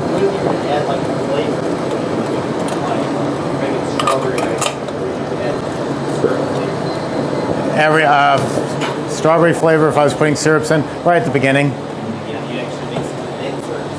No, right in the machine. I do everything at the machine. It's just the simplest. Now, another question. Alcohol tends to be a problem for freeze or? Not with my machines. That's what I was gonna ask. How does it handle whether it's I'm gonna make grain? I'm gonna make a champagne sorbet on the little one, but there's so much refrigeration in these machines. One of my favorite recipes for this size is real easy if you want to write it down. It's a Bordeaux wine sorbet, and it's 2 pounds of sugar, 2 bottles of Bordeaux wine or any cheap dry wine that you want to use, and just call it Bordeaux. Refill the bottles with water. So you've got sugar 2, Bordeaux 2, water 2, and then I take about 3 of these bags of red raspberries that are picked at the peak of freshness and frozen solid. There's no syrup. It's just fruit. It's found in the ice cream section of your supermarket, and I throw that in. So now I've got. Do you use strawberries or? No, I use raspberries. You can use anything you want, but we're going to make a strawberry champagne this afternoon, and so I just throw these in, and so it's a red raspberry wine sorbet, and it's fantastic. It'll knock your socks off. And these machines I put at Christmas time. I make rum raisin ice cream. I soak the raisins in like a Bacardi rum or a Crucian rum, I prefer, and in the refrigerator for about 5 days. You take the golden raisins and they'll absorb the alcohol and plump up, and then I pour the raisins and the rest of the alcohol into the machine, about a quart of alcohol in a 24-quart machine, and you get a rum raisin ice cream that's got a very strong rum flavor, and when you squish down on a raisin, you get a squish of rum. It's great. Grand Marnier is a orange liqueur ice cream. It's $45 a bottle, but it's a great Christmas present. You make 24 quarts of ice cream, pour in a whole bottle of Grand Marnier, about 6 oranges, California oranges, because the navels have a big thick skin. You just grate off the zest and little pieces and just put it in there. So you end up with a pure white product with the aroma of the orange liqueur, the taste of the orange liqueur, and little specks just for appearance sake. It's just great fun. Do you have to sell that product for 21 and older? Oh, you can't afford to sell it. You give it to your friends instead of a tie. Well, I'm saying that any of those just Any of the alcoholics. Oh, yes. Yeah. And 21 and up only? yes, and so what you do is you put up a sign. Normally, if you had 2, I went to a place in the Key West once that she was buying her ice cream, and she had certain flavors that were from one vendor and certain ones from another, and they were different prices. So the lady walks in, orders a vanilla and a mint chip. Well, the vanilla is $2.50 and the mint chip's $3, and she gets the bill and she goes, "Wait a minute, I thought the ice cream was $2.50 a scoop." Very confusing. With the liquor flavors, if you were doing both, you could put up a sign that says "Adults only." You must be 21 years of old age to buy this ice cream, and we proof. So you get an old fart like me walking in, you ask for ID, everybody laughs. You get a 16-year-old kid walking in, and he puffs himself up and says, I'd like the rum raisin ice cream, please. Okay, let's see your ID. Oh, well, I left it out in my car. I'll go get it. And then you never see him again. So it can be fun. It can be, I can't prove it, but it could be dangerous.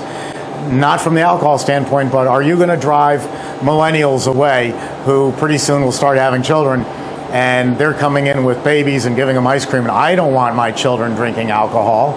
So you got to weigh your market. Can you get away with it? Some people have tried doing bars with ice cream, and so far it's a dismal failure.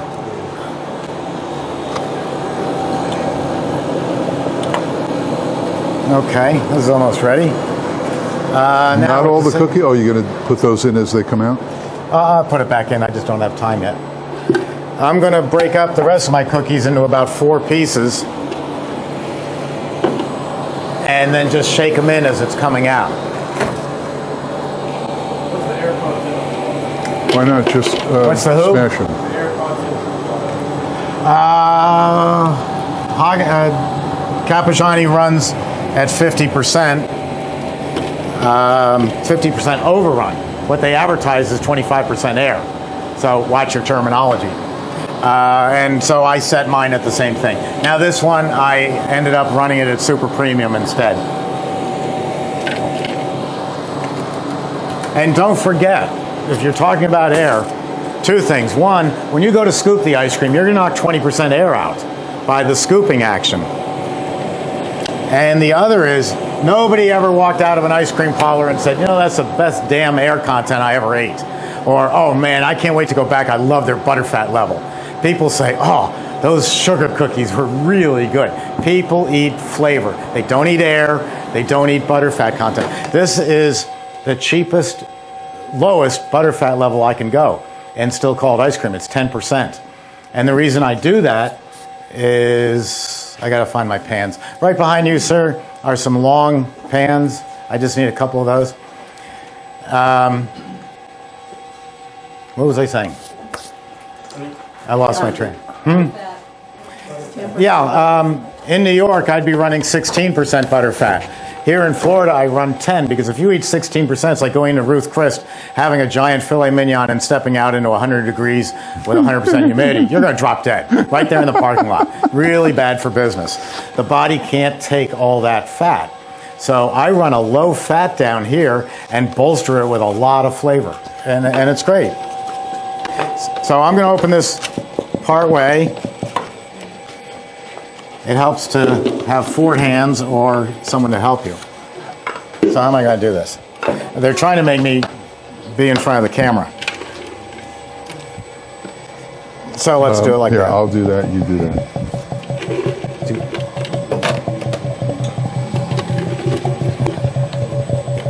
Now, I could get this out a lot faster, but I'm doing it slow so that I can add all this. Yes. Yeah, have an assistant. Have an assistant. Someone to help you.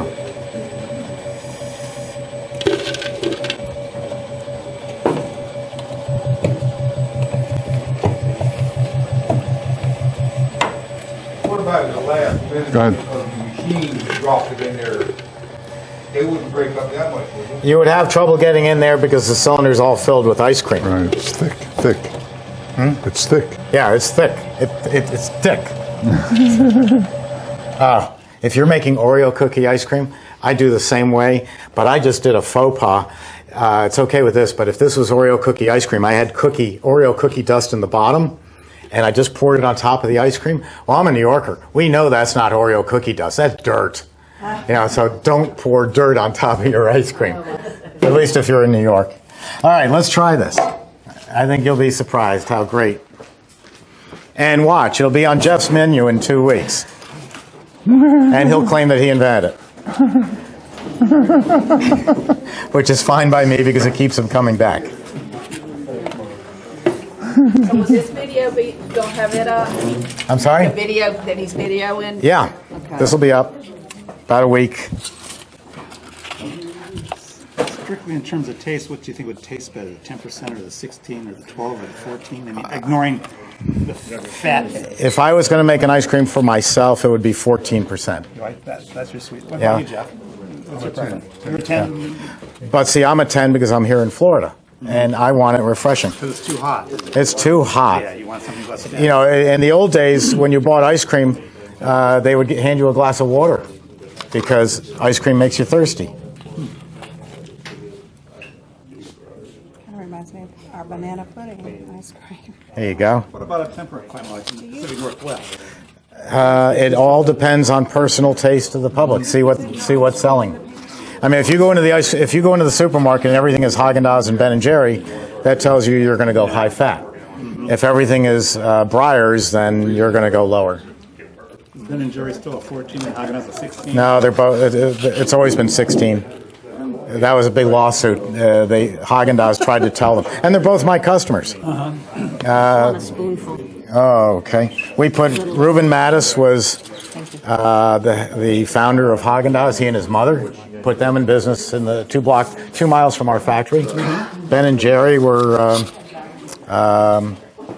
had rock salt and ice machines out in the front of the store. Emery Thompson's in the back room making the product. You want some? No, I tasted it already. Oh, okay. And so how are you going to improve on it? Because I know you'll come up with something better. More vanilla, right? No, more cookies. More cookies. Okay. A lot more. Okay. Did you like the Ben & Jerry's impeachment flavor? empowerment. I haven't tried it. What was it? Thank you. And that's the. They're interesting characters, the way they're so liberal, and yet they made all their money. That's what I was getting. Doesn't quite jive. Because they're doubling the volume, the machine. There you go. Thank you.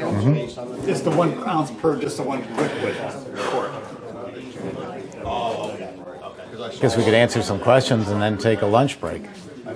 Or no, you can go next. No, you go next. Otherwise, we run out of time. I don't have any questions and answers, so let's fit in another one. Okay. Go to it. Okay. Steve, did you add stabilizer to the cherry ice that you made earlier? It was in that gallon jug. In the mix. Yeah, it was in there. Everybody's What was using in these there? pans instead of the tubs now. Is there? The pans versus the tubs. It depends on the size of your machine. I like it to sell to restaurants because 4 of those tubs is going to take up the restaurateur's whole freezer. And I can put, in the space of 2 tubs, I can put about 6 of these. So I can give him more flavors in the same space. I track trends and fads. And that's one of the reasons I brought out the CB350 is because the CB350 came out because rents went up in restaurants. They started charging more for restaurants, so they made the restaurants, the money's made at the tables. So if I want to add 4 more tables up here, I've got to shrink the kitchen. And so the chef says, I can't fit this in the kitchen anymore. You got to give me something smaller. So we built that, and then they complained that's still too big, so they came out with this one. So between these 2, we're covering the restaurants, but it's all due because rents went up. It's the oddest fun thing. It's all yours. There's more in the machine. Why don't you put this over here? I'll get you another box. And okay. I still have cookies. I'm pretty sure there's, because we just cut it off. Yeah.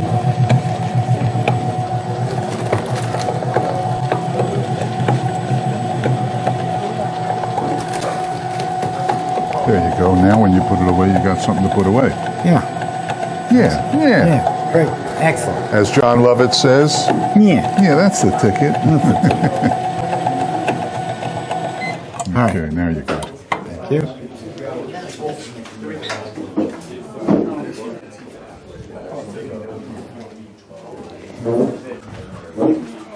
We need some air on in here. Yeah, it's very warm here. Sorry about that. It's all my hot air.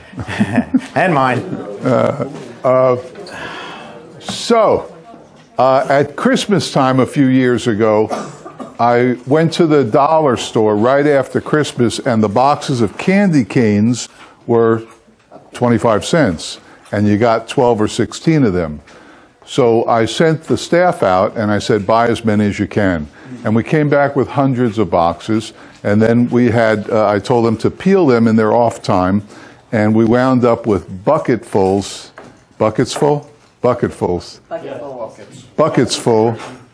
right? Yeah, you're my rock. Buckets full of candy canes, hopefully without the plastic wrapper on them.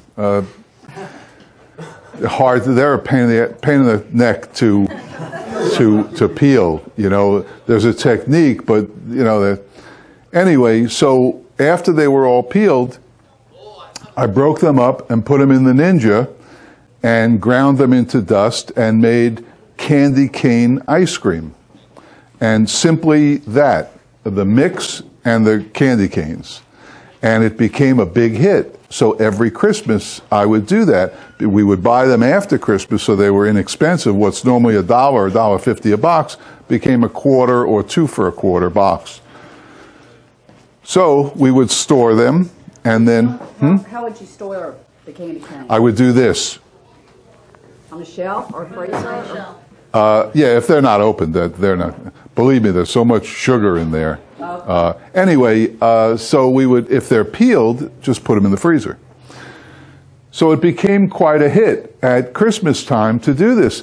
And I found that every Christmas I couldn't keep up because the demand was pretty good. I mean, it's the holidays, candy cane ice cream, you know, it's a natural. So I tried to find a product. I didn't want to just, make it out of liquid stuff on the shelf. So I tried to find a product that would emulate candy canes. And I did. And it's something that you can buy today, and they're cheap. They're very inexpensive. And they're called Starlight Mints. When you're at a restaurant and those little red and white mints, those are candy canes. It's the same deal. Now, be very careful. There's two different kinds. There's the puff kind, which has a soft center. Can't use those. But the Starlight Mints are perfect.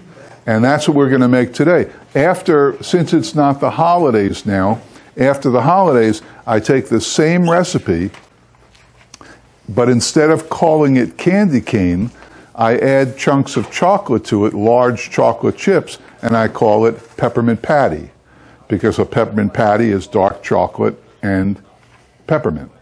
So that's what we'll make today. We'll make peppermint patty. It's a wildly good seller, and it works real well. These are the Starlight Mints. You've seen them. Usually, breath things at restaurants or whatever. But these are candy canes, and actually they're a little better than candy canes. Walgreens, oddly enough, until they catch on, they're selling these in 2-pound bags for 80 cents. Whenever I'm in Walgreens, I buy them out, whatever they got, and I keep them at the store. My recipe calls for, my full recipe is about 37 ounces of these things, but since I'm trained by the smaller machine, we'll do half that. So we'll make, what do we need? Half that, 18 ounces or so, which is 1. 17 and a half. So 18 is fine. Thanks. What? The 37 ounce was for the 24 quart. Right. Okay, thank you. Now, all these recipes plus another 20 are in my book there. I don't care. They are the original recipes that I started my store with that has bloomed into today. There are some modern ones in there, too. Anyway, so we need, what did we say? About 1 pound, 2 ounces, something like that.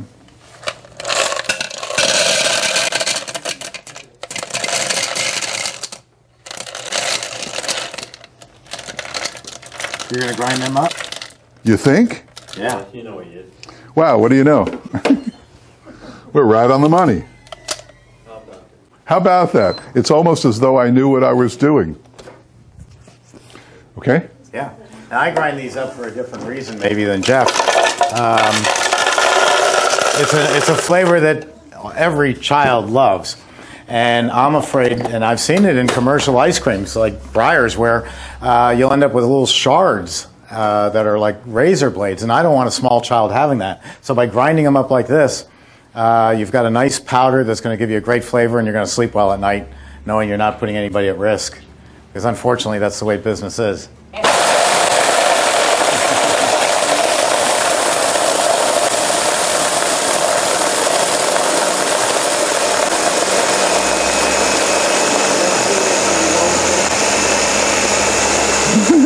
Great, you can't hear them. This is why he wanted me to buy a Ninja, so he could shut me up. And also, don't you have to be careful when you're putting ingredients in? Because, like, I've had gumball ice cream that almost broke your tooth. Uh-huh. You know, gumballs, whole gumballs in ice cream. Can you see that? It was so It's hard. peppermint candy powder. I would warn him about it. Yeah. Just say, a gumball's hard. It's at your own risk. What? I thought I did. I wouldn't be so rude as to leave it on. Now, is that, you had peanuts in there before, is that gonna affect the taste of that? Not in my store.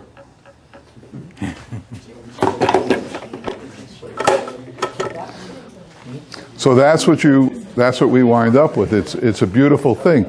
We were talking in class yesterday that what a business we could create by selling all these powders in bulk form, by the pound or by the 5 pounds.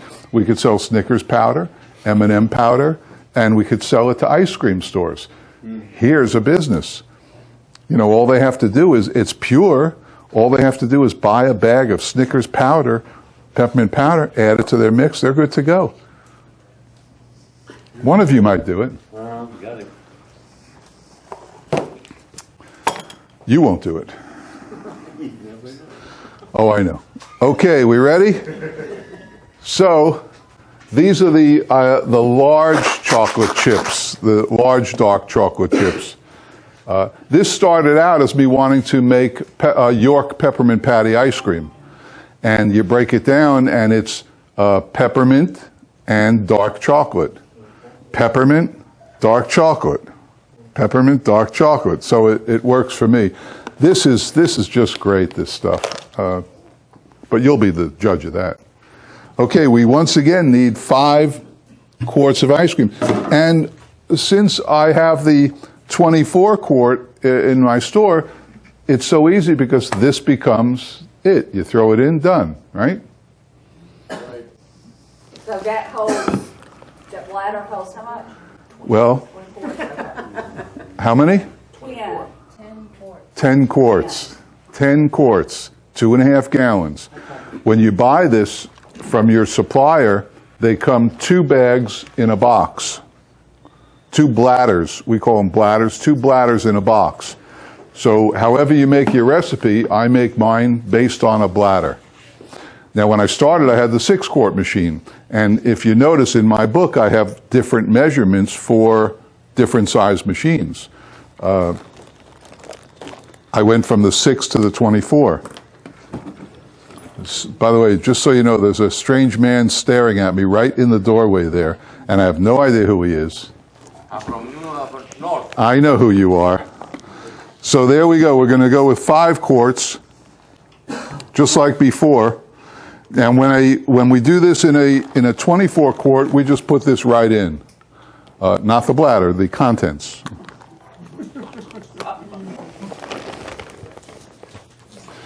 All right. I was going to make this last because it's incredibly refreshing, but since we were in the teaching deal of the powderizing or pulverizing of the ingredients, it makes sense to continue.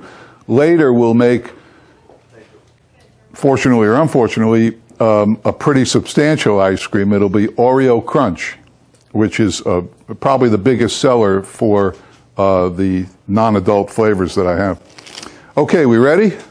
I rinsed this out after the other one, and we'll close up the gate. And we'll throw this in there.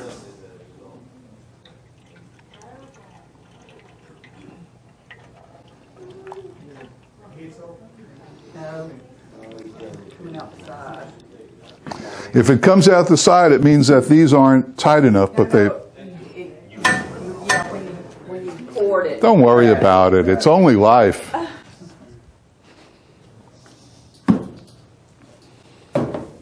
What's the typical price of a bladder? $20. Of 1 or 2? A bladder. I pay $37 for a box. I pay $45. Yeah, it doesn't matter. You're a numbers guy. I can tell you're not an art guy. You're a science guy. And what it means, we spent a long time on this in class because we had several of your kind. And they were mainly interested in cost of goods, as from, say, buying it to making it, and how much per serving you're going to make and all that. I don't really get involved in that, because at the end of the day, the cash register is full, and you move on to tomorrow. The profit, this business is so silly. I don't want to go here. Okay. So we'll add, these are our ingredients. Now I do have one more ingredient that they made me promise not to tell you, so I won't tell you. You don't see this. Peppermint oil? No, this is unbelievable. This is pure peppermint extract. Now, I never used to use it, but in my quest for bolder, stronger flavor, I put a little bit in. a little bit. This is, let me see, 3/4 of an ounce or something. It should be. It's a little more because I'm always heavy, but it doesn't matter. I get it from a company that makes amazing pure extracts. Very expensive, but it doesn't matter. Once again, it doesn't matter. We were going into cost of ingredients yesterday, and this guy right here wanted to know to the penny how much different your profit is if we add this. But now he knows it doesn't matter. I mean, just I see the with the pure extract. I mean, something like that. You get X amount of peppermint. All extracts are, especially like vanilla extract. It's the beans that are used, and then you get the shittiest vodka. Pardon my French. Possible. That wasn't French, by the way. No. You put the beans in the vodka, and after X amount of time, it's infused. That's vanilla extract. Yeah. So Your point being, this is getting to be TMI here. Well, no. Why pay? You just said that going through that company. I have a lot of trouble squeezing those peppermint candies. I tried. I squoze as well. I couldn't get a drop out of it. I tried. Man, I tried. Okay, we'll turn it on.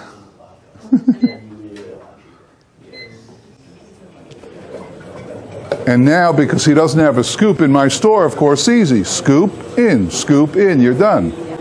But here we're relegated to this.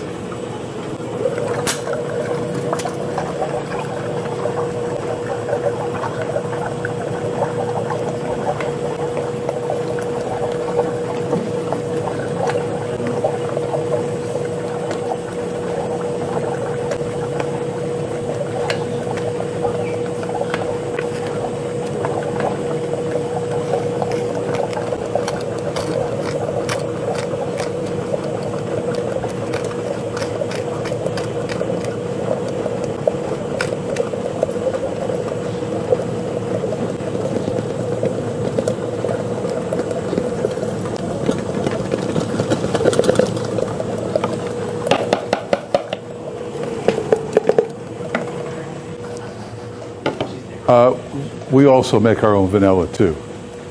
See?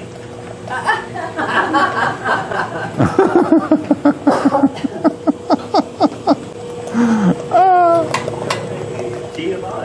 I feel like it's not. You didn't turn the fridge on yet, did you? Who said that? You? And the chips, oh, I wish you could smell this. They're great. That's dark chocolate, correct? What? Dark, yeah. The large dark Hershey's, large dark chocolate chips. Or as they say, semi-sweet, which I don't really understand.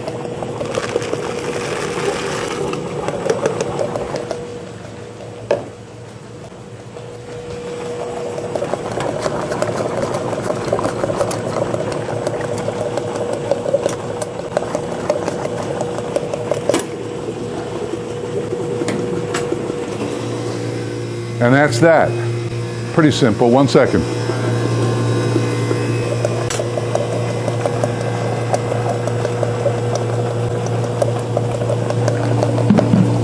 Okay, hit me. It's not a numbers question, it's an artsy question. You don't know art. If we wanted to make the mint green like a lot of stores would do, and we didn't want to use a food dye, what would be another way to do green? Why? Green Mountain Flavors, Oswego, Illinois. Why? I'm just curious, I'm asking, because we want to not worry about the cost, and we want to make it fancy. But why? Because people are When you buy mint chocolate chip ice cream, you know it's not green. And about 20 years ago, they started keeping it white. It used to be, when you saw mint chocolate chip ice cream that was white, ooh, this must be the good stuff. Because everybody else made it green like you can't believe. Green like green. Yeah. But now you can hardly find green. Green Mountain Flavors, Oswego, Illinois, Stan Sitton, president. Don't do it. People like to see green. They like the color. I agree. I mean, you don't see the Irish running around St. Patrick's Day with white. However, this is presuming that your customer sees the ice cream before they get it. Don't get me started. I would have a little sign that says, "Our green is all natural from such and such plant base. Green Mountain Flavors, Oswego, Illinois." It's revolutionizing what we do in ice cream. And I guess for this, it's not a flavor, it's just a color. It's a color. Yeah, but they also have extracts. And from where? Green, oh gee. Here we go again. Green Mountain Flavors. But that's Pay That's no in attention to him. Oswego, Illinois. Don't pay attention Don't to pay him. attention to him. I'm trying not to, but he's asking a question. You know, I look at my class and I go like this and I say, oh, trouble. So that's why you put him in the front row? In the wanted to corner, torture though. yourself. Corner. See, you can sweep and avoid them. I would keep it, you know, anybody who's learned knows that if it's green, something's been added to it to make it green. So I don't even want to put that in front of them. Boy, your old liberal is slipping out. You just insulted me by saying if someone was learning. Besides, in my store, you don't get to look at the ice cream, color, texture, design, before you order it. The first time you see your ice cream is when one of the girls hands it to you on the cabinet. But the second time you buy it is because Tasting. it's green. Whoa, wait a and minute. you like the look. Hold on a second. Repeat that. You give tastes? Yes, we let people. Oh, we've got please. things and we let Please, do everybody- they pull up in a dinosaur or what? Nobody gives tastes anymore? We do. Well, don't They do it. like us. You know, the buses are going to be stopping at your store. Okay, everybody, free ice cream. You can get Yeah. 20 tastes in Right. 15 Yes, minutes. sir. Just a quick comment on I guess, display dipping cabinets versus the door variety in terms of the customer. Different purposes. It's just a different use. I see more trend towards a lot of places you can't see the ice cream anymore. Yeah, the visual display cabinets are, I agree to use them. I like these floppy door ones. The visual display cabinets slow down the line because everybody's looking, oh, do I want this one or do I that one? I'll go you one If you have better. the signs up, they'll pick their flavor. I'll go you one better. Yeah. There is no reason to have a dipping cabinet. There isn't one reason to have a dipping cabinet. There are 10 reasons not to have them, but no reasons to have them. Enough said. Jeff's a different business model from everyone As else. Joe Pesci would do. Yeah, he's a different business model from everyone else. I'm more practical. Here's your tub of mint chip with a nice green color in it, and you're down to the lower third in a visual display cabinet. At what point do you say as a customer, I don't want that one, it's almost empty? Or it gets down to the last scoop, and the person's going like this, and you go, I really don't want that one. So what do? You're really smart. You take the last third of the ice cream, put it on top of a new tub and crown it over, and everybody goes, oh, look at that. He took the old ice cream from the old tub and put it on top of the other one. Visual display cabinets are a lot of maintenance. If the sun's beating down on them, the temperatures change. They have to be defrosted all the time. That's a Nelson cabinet, C. Nelson Company. It's 20 years old. You can't kill it. It's built like Got Emery Thompson. candy cane ice cream And coming out. they're simple and they're reliable and they're great for ices, ice cream, gelato, anything you want. Just see my signs. I used to, and you see around, I have little signs that say different products. That's what I did for a trade show, showing what the machines would do. It's fun to have unique signs that are simple, and if you're out of a flavor, you just take it down. Instead of in the dipping cabinet, they pick their ice cream in advance. You'll see.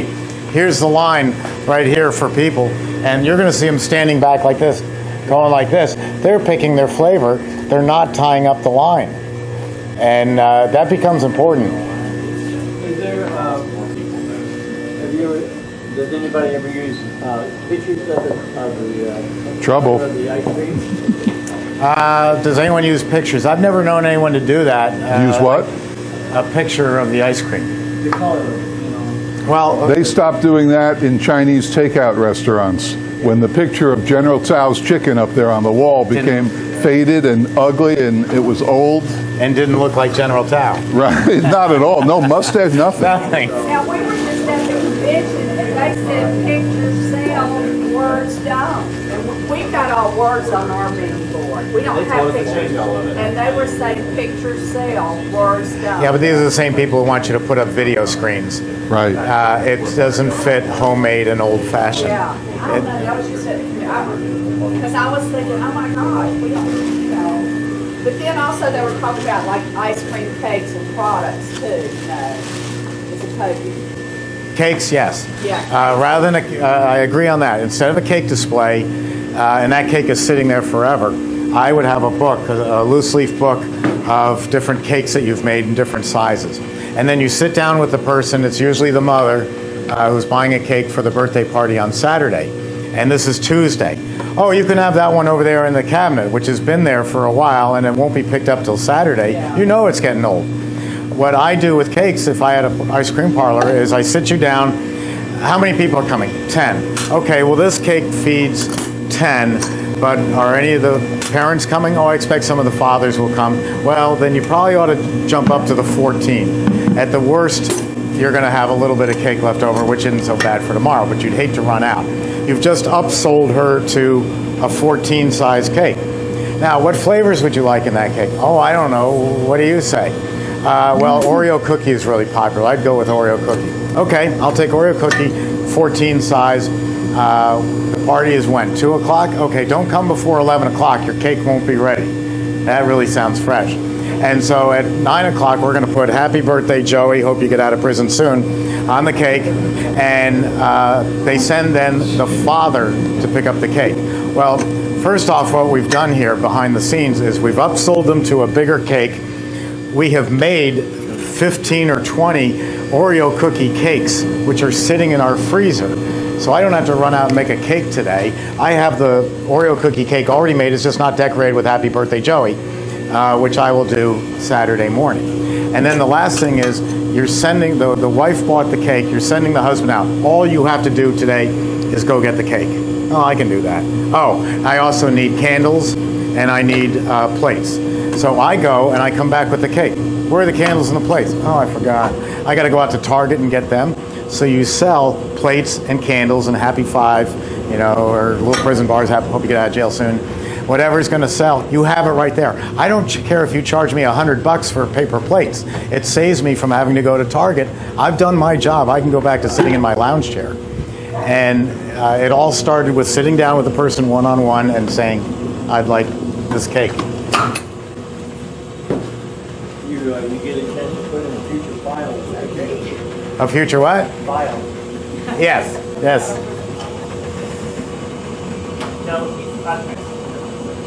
Where's the red color?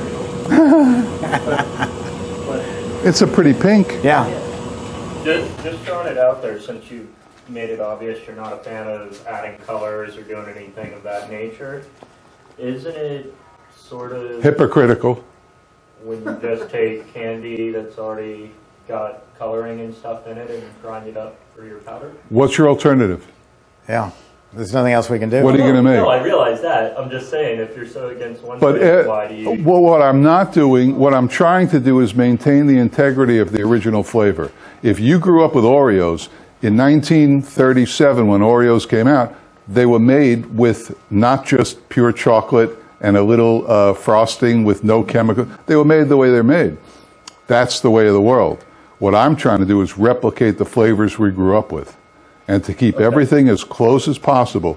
With the important part to me is no aftertaste.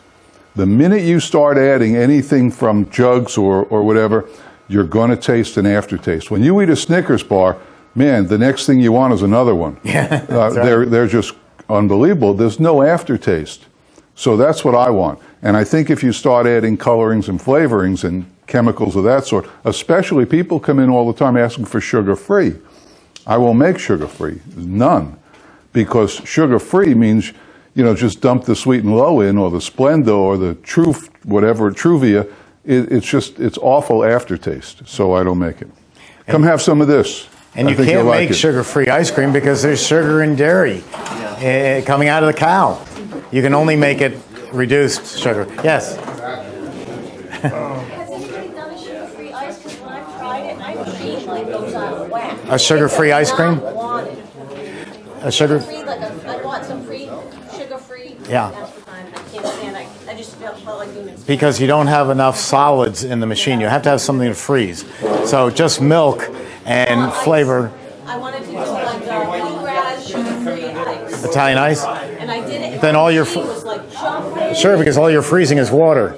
You don't have anything to freeze. I mean, if you take tap water and add cherry juice to it, that's not Italian ice. It can't be done without the sugar. Now, you can use a nasty little product called multidextrin. The problem with From iRice, sugar-free iRice. yeah, it's loaded with multidextrin, and if you eat more than one portion, to put it plainly, you're going to have diarrhea. So I made a strawberry ice with. Oh, really? That's what multidextrin does. Half-gallon buckets of ice, and so one came. I can't believe you got sugar-free. Fantastic! I'll buy a half-gallon bucket. She came back a couple months later. Do you have the sugar-free strawberry? I said, no, I don't make it anymore. She goes, oh, I got sick. I said, how much did you make? I ate half the bucket. I ate half the Yeah. I said, That's the multidextrin. And no, don't even sell it. I'm a type 1 diabetic. I have no business eating any of these. We all cheat and just say, no, I can't make it for you because you're too small a market and we're not going to cater to you. That's not what you're really saying. Just say, I'm sorry I don't have that. But you know what? If you ever cheat, make sure you come back here. Well, that's what I tell them. Just buy a smaller portion. For Don't buy a large, get a small. For the multi-dextrin, you said somebody made it with honey in Hawaii. Yeah, but that's sugar. I know it's sugar, but like, are there more natural sweeteners other than just like refined sugar that will be solid enough? That's not like Yes, I've done several formulas up on my website with agave. agave. Yeah. Now, agave, if you buy it in a specialty shop, is like $8 for a small bottle. If you talk to your supermarket and beg them to get it for you, or go to someone like Webb Restaurant Supply, you can get it down to about $3. And Sam's? And that small Okay. bottle turns into how much sugar equivalently? Oh, I couldn't tell you, but I'd say it's about, if sugar was 100%, it'd be about 135%. So it's much sweeter than sugar. So You'll use less. So you'll use. I'd have to look at my formula. It would depend on the formula. The formula would just be at that point like some iRice, water, and the agave instead of the sugar. No, mine would be fresh frozen fruit, water, and agave. Because iRice has sugar. Because I can do better than using a jug of flavor. Okay. I'll use frozen fruit. Other than stuff like mango. I have some here. You haven't had your work with an old machine without that? That's So I agave. guess for something like this, I know in videos in the past you've said something like mango, you only use iRice because of the flavor profile. Yeah, because I just find it hard to work Right. with mango. So how would you make an agave mango? Or would you just say that was not the natural? No, I would probably use. Well, I would take the time, which I don't have, and experiment with mango. I've now found I can get bags of mango puree out of Miami. Okay. And so I would work with that and this until I got the taste that I like. Okay. Which wouldn't take more than 3 batches. Because I'm not trying to go sugar free, but You want more to natural. Well, something. it's great advertising. Yeah. To be able to say made with agave. Right. And then you tell them, and they say, "What's agave?" And you say, "Oh, it's makes tequila." So this bottle would be Woohoo. like, how many bags of sugar do you think this would last? I couldn't tell you. No. Okay. No. Yes, we're ready. Can I try just a tiny bit? What? Can I try just a tiny bit? Sure, why not? What is this one? The peppermint. Peppermint patties. That's more than enough. Want a little? Yes.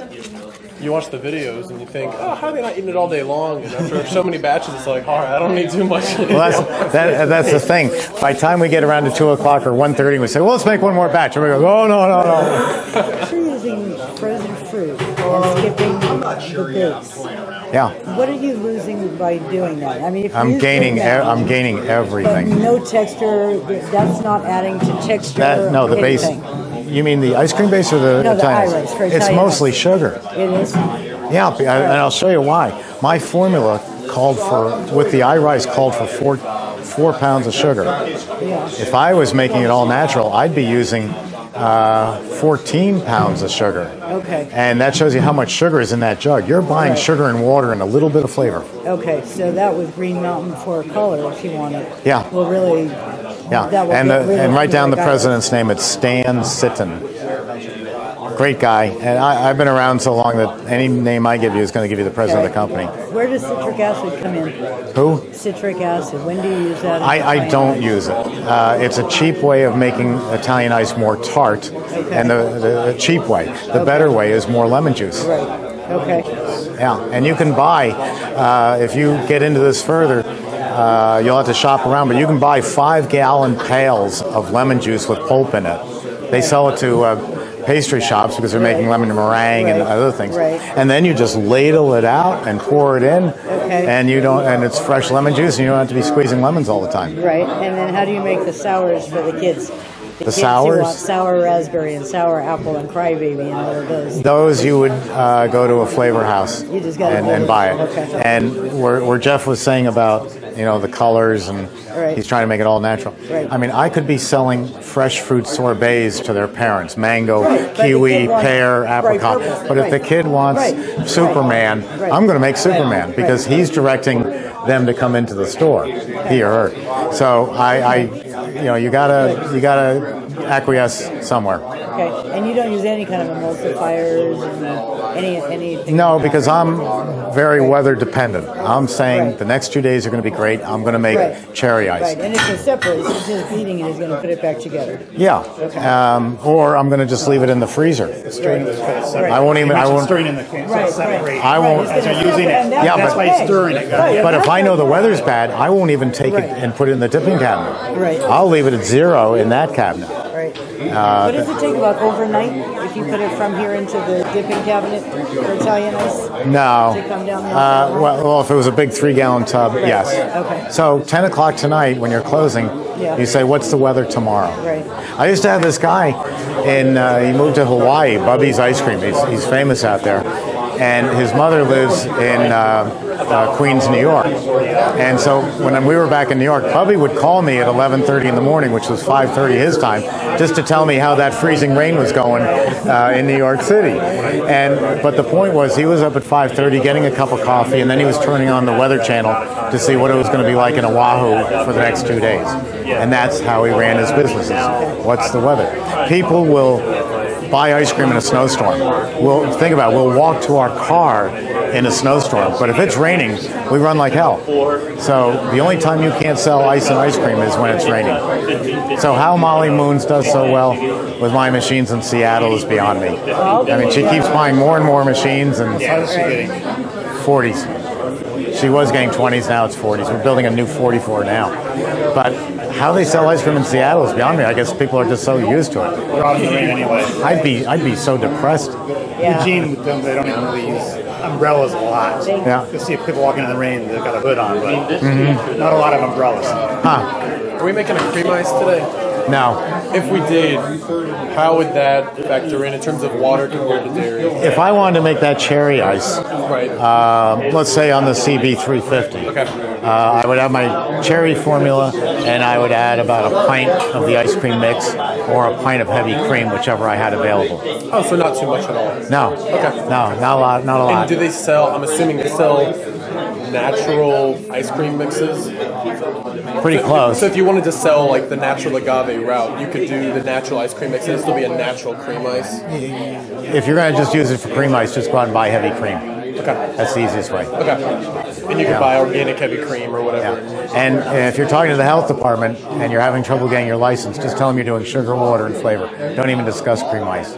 Okay. Because every once in a while you run into a city who says, oh, they're going to put hundreds of thousands of gallons of dairy fat down the drains, and we're going to have to increase our sanitation system, and they want you to spend thousands of dollars on separators and all that. No, I don't use any dairy. I'm sugar, water, and flavor. Gotcha. Okay. That's fine. And then, if they catch you, you beg for forgiveness. Oh, well, somebody made a mistake. They weren't supposed to put that But in. if you're doing ice cream, then obviously they know That, you're doing dairy. yeah, obviously. Okay. Yeah. In other words, health departments are a pain in the ass. Bathroom's right around the corner? Yeah. Yeah. Hey, folks, lunch is here. Come on up, help yourself. There's ice in the cooler, and there are sodas and plates. All right. The question mark is going to be a new Emery Thompson Batch Freezer. Was it a real small?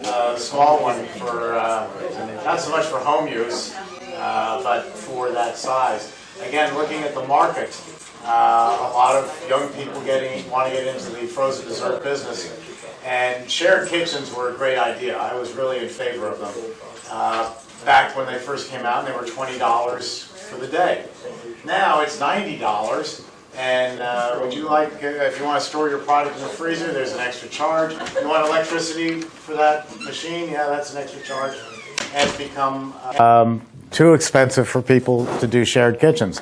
So I'm coming up with a machine that's priced and size where you can run it in your home and experiment and get your flavors going before you commit to signing a lease. I think it's also going to sell to a lot of wine bars are opening up, wine and cheese, but they're finding out that's not quite enough. And so they want to do wine sorbets, something like we're going to make right now. Jeff keeps telling me there's enough wealthy people out there who would like to have a real reliable, Rolls-Royce, Bentley grade machine to have ice cream in their own home. Have you decided the size of it yet? Oh yeah, it's all built. We're just fine-tuning it now. You'll see it when you go out back. Yeah. And I thought it was great for the countertop in the big houses where Jeeves will make it for the kids that night. I'm guessing what? Yeah, it's going to be $39.50. So not cheap. That's the 3-quart, right? This is the 3-quart, and this will be the 1.5. So we'll have 1.5, 3, 6, 12, 24, 44. We build more batch freezers than anyone in the world. And out of all these models, I think I've worked it out, there's about 38 different variations that we build. Because we're air, water, different voltages. We're IOC. We're in 172 countries, 171. How much is that one there? That's a 3-quart? 6,450, 6,450. So Was there a question back there? No? Okay. For the 1.5 quart, it's going to be half the price? No. It's going to be $39.50. Okay. What's the biggest seller? Right now, the CB350, followed by the 24-quart. But the CB350 is just under 10. It's $9,950. I haven't changed that price in 3 years. And I'm going to leave it. And then the 24 quarts around $25,000, $25,900. Those are the two biggest selling machines. So is the 44 more like for commercial, like a Ben & Jerry's, or like a Ritz-Carlton or something of that size, or are you seeing small mom-and-pop businesses with that? We put the 44 into small dairies. We've put Haagen-Dazs in business, Ben & Jerry, Breyers, Bluebell, all of them. They all started with that model. The 44. Yeah, but the main thing I see is people who have a 24, and then they start adding 2, 3, 4 stores. Molly Moon's a good example out in Seattle. And rather than run a 24-quart 18 hours a day, they look at what they're producing and they say, yeah, we make 25, 30 flavors, but we're still selling 10 times more vanilla, coffee, chocolate, and salted caramel than we are any other flavor. So let's crank out 4 tubs in the time it takes to do 2, or a little bit more time to do 2 tubs, so we get the production done with. It's all about labor. I mean, your biggest expense going forward is always going to be labor. So this $15 an hour is going to be a disaster for many stores. And you see what the big guys are doing, like McDonald's and all, they're all going automated very, very quickly. So we'll see what happens with that, but that's a job killer to go up to a rate for an entry-level job, where you're supposed to move from that job up to something else. But we're not here to talk politics, though I can do that all day. And we'll run this one. Now, a lot of times when I come up with a new flavor, my first chance to experiment on it is in front of people. So if it comes out, if it freezes, I'm thrilled. If it tastes good, I'm really excited. But there's just as much chance that I'll just blow the thing up. The lab rats? Yes, you're the lab rats. And so we're going to make this formula. Where'd it go? A lady at the ice cream convention, she was saying that, like, for her red velvet cake, that they would actually add cake mixes to their bakes. Have you ever heard of that? Yeah, a lot of people do, and you have to be careful with adding cake mixes that there's no egg in there. Or how is the cake mix made? Some cake mixes say don't eat the raw dough. You know, like chocolate chip cookies, you shouldn't be eating that. Well, my wife Paula eats half the cookies before they're baked because it's delicious. Just be careful. Take a look at what's in there. And if you have a question, those big companies all have 800 numbers. You know, like the turkey hotline at Thanksgiving. You know, call them up and say, can I use this raw dough? What if I was to sit down and eat this raw dough? Am I going to hurt myself? And get their answer. Well, Jeff, you do a lot of that when it's just where you're using. Who asked that question? Right over here. Yes. It wasn't me. So. But you did have a comment, right? So, Jeff, we're going to need your blender. Oh, I just put it away. Okay. Now, if on any of my machines, if I throw fresh or strawberries into the machine, it's going to grind them up like a Cuisinart. But I want to make sure that I really get a lot of surface area out of the strawberries. So I'm going to take 3/4 of my strawberries and put it into a blender. And then the last part, I'll leave them, just pour them into the machine. Don't do it. Don't do it. Don't do it. Don't do what? Put them all in. Put them all. Put them all in the blender. I'm telling you. All right, we'll follow Jeff. Change the recipe. You ever bite into strawberry ice cream and try to chomp down on a strawberry? Okay. I'm just not sure all this is going to. This was my math late at night. I'm not certain all this is going to fit into the machine. Don't worry about it. All right. We'll puree it up and then we'll see what happens. Don't worry about it. So we're going to use strawberries, champagne, water, sugar. Now you can use sparkling white wine, a cheap sparkling white wine instead of champagne. As Jeff pointed out, champagne's cheap the day after New Year's, so I got champagne.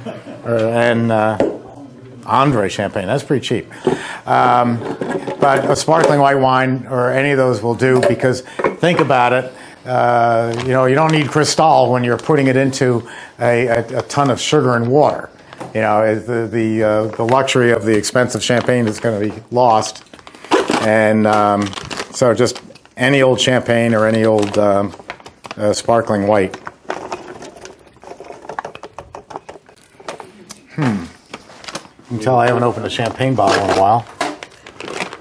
You know who's good at that? Whom? Right here. Front row center, Jesse. Oh, there you go, Jesse. Man knows how to open champagne bottles. All right. Is that true? If he shakes it up first, we're Jesse. all running. Yes. Does that have wire or is it just a plastic top? No, it's just a twist off. Twist off. God, talk about cheap. Pop release. Going insane. No, he's got it. All right. Thank you. The right man for the right Yes, job. Happy New Year. Take a sip and see if it's good. No, that's okay. I just had a knife here and it's gone. Hi, Muzu. What, if you took it? All right, champagne, Trouble. 16 ounces of water. I got your water right here. That's 16 ounces? That's what you need, right? Okay, yeah. And 18 ounces of champagne. Well, let me start pouring things in. Make sure the gate's closed.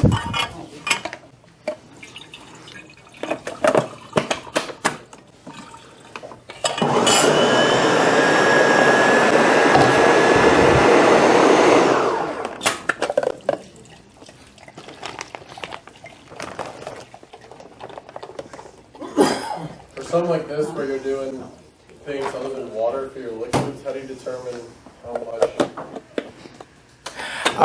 Not obviously you test it, but like the very first pour. Well, this one I got from a recipe online, and it was for 1.5 quarts. So this is where I'm a little nervous about my math. I took the 1.5 and doubled it, but their range was 1.5 to 2. So I took 1.5 their formula, doubled it, and then cut it back by 20%. And I'm hoping that works.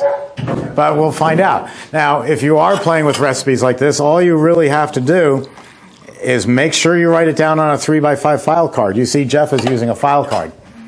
And make sure you do that so that otherwise you make 3 or 4 batches and all of a sudden you hit it perfect and you go, now what did I do with that one? You know, you'll forget. So write it down each time. Sugar. Hand me that sugar, please. Yeah. And the lemon. Thank you. Here's the lemon. Thank you.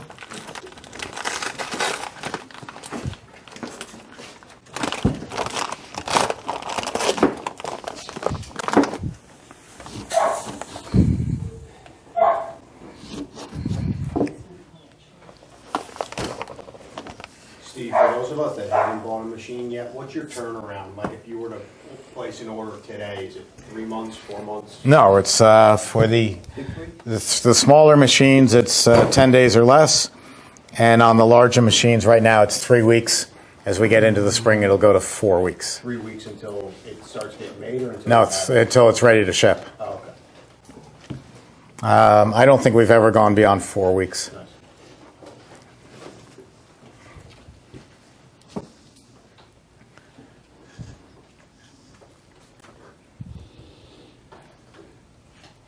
Okay.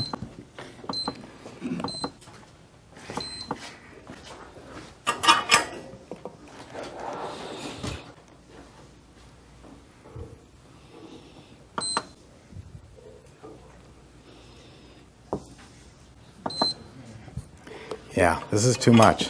This is way too much. Too much. Yeah. It's too much.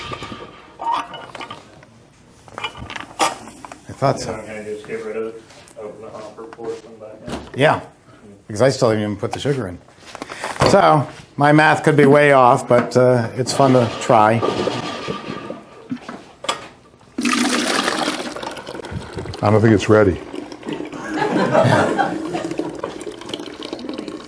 So you're draining it all and then put more in it? I'm going to add the sugar. Okay. Okay, throw her in.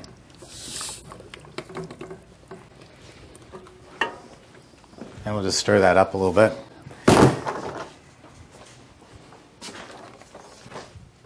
Thank you.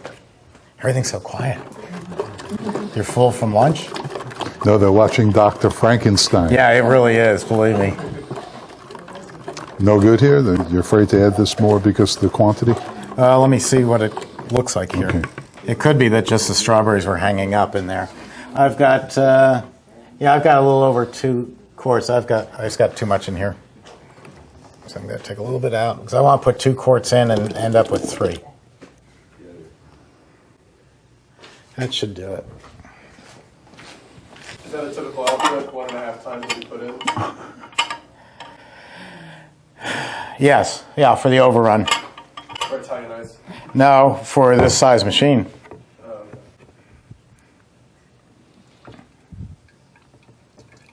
And this, with the CB200 or the upcoming CB100, those don't have the overrun control. No, it's going to be set for very low to do a dense ice cream, gelatos, and sorbets, because the place where it's going into, it's going to be small servings.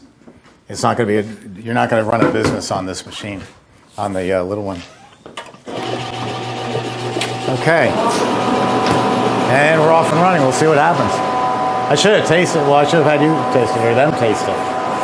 Well, this is what you have in there? Strawberries, champagne, water, sugar, and lemon zest, right? Yeah, that's it. Should work out. Yeah. Now we no dairy mix. Huh? No dairy mix. No who? You got to have some dairy mix. No. Huh? It's a sorbet. Yeah. No dairy. Okay. I would. It's an Italian ice. All right. All right, we'll try it. We build this 2 ways. We build it 115 volt, which is 110, so you can just plug it into your kitchen, or mine here is 220 volts. They're both American-made Copeland compressors, so it really doesn't matter which way you go. But the nice thing about the 115 or 110 volt is if you're feeling strong, you can pick it up, 2 people, and put in your car and take it somewhere. It's fun to take to a party. And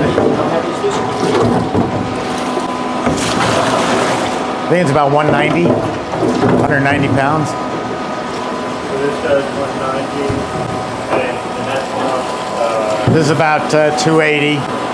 This is 800, 800, and 1200. Yeah, you're not going to move your new machine. It gets put in place, and that's it. It's like my safe.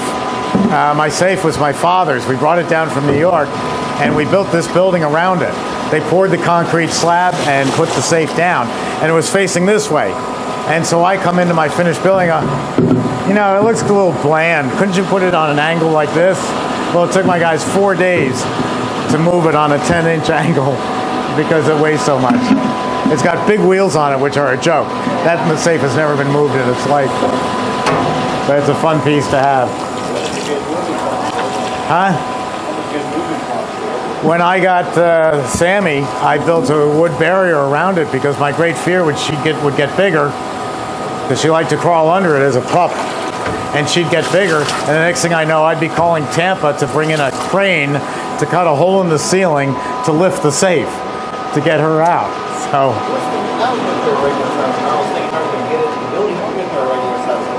that'll get through a regular size door, yes.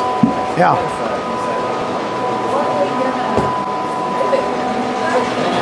A lot of people. No, your new 40 is going to come delivered to the street and lift it down to the street, and then you're responsible from there. So you're going to need either about 6 people or a rigger, depending on where it's going. It's a big job. The good news is it's not going upstairs. Yeah. When I was younger, I used to deliver these to Greek diners, and they always all went downstairs. And I was working block and tackles, bringing them down. What a nightmare. I still have nightmares about it.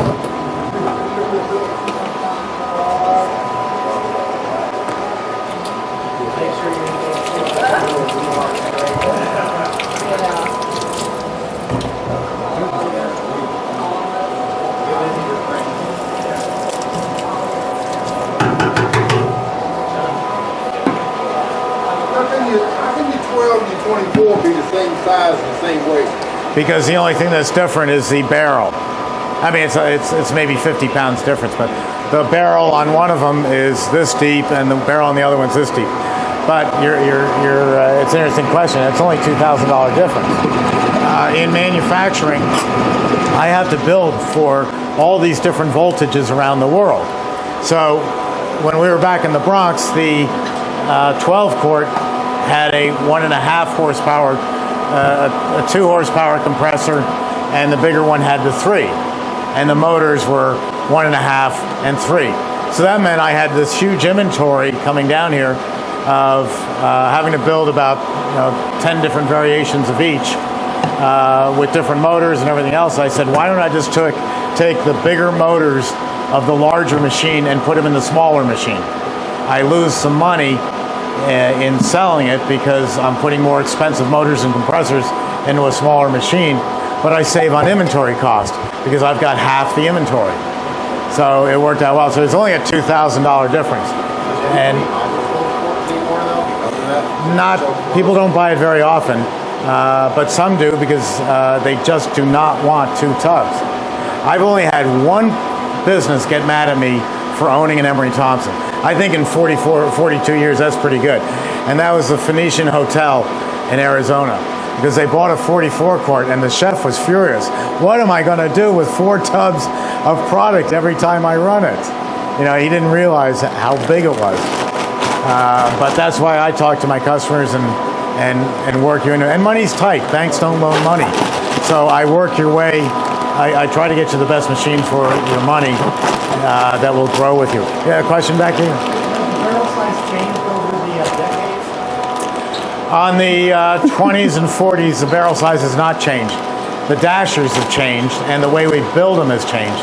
My father used to silver solder them together because that was the only technology he had.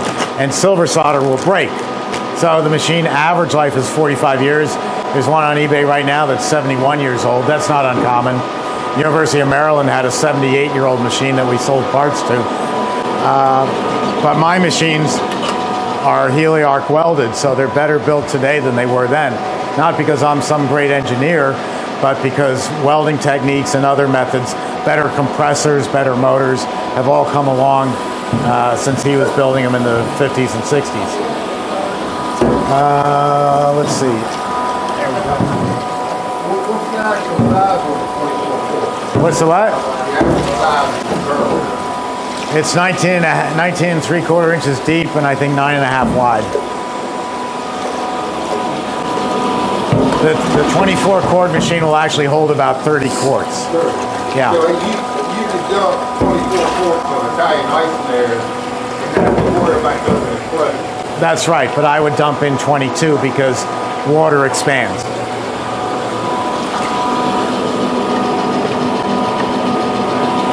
Pretty nice looking. That's air cooled, that machine. Yeah. I need a spatula. What do you need? A spatula? Thank you.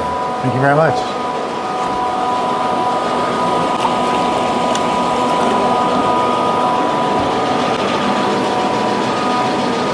See, that looks very good right now. Jeff would probably pull it like that.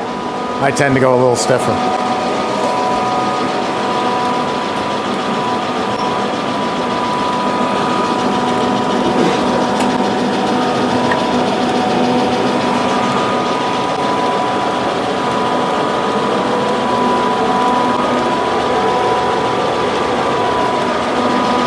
Okay, here we go.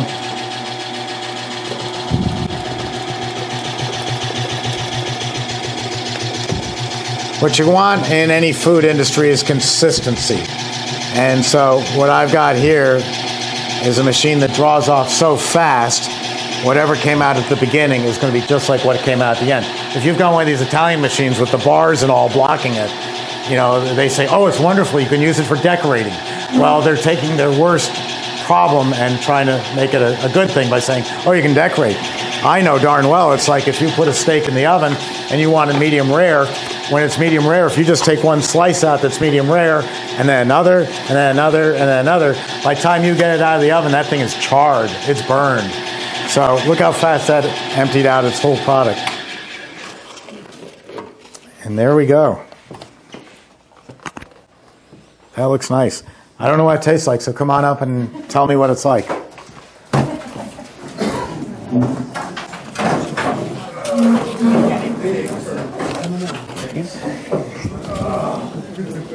Can you try this and tell me what? I did. It's good. It was? Yeah. That's good. What a shock. Okay. I'm building a cookbook to go with the little machine. It's not that good. No, to go with the little machine. Well, of course it can't be perfect because it's from Put me. my book in with the machine. You're going to give me a discount? Of course. Okay. And I'll even adjust the quantities. We'll talk. I always thought my book should be in with your machines. Give people a good jump start on it.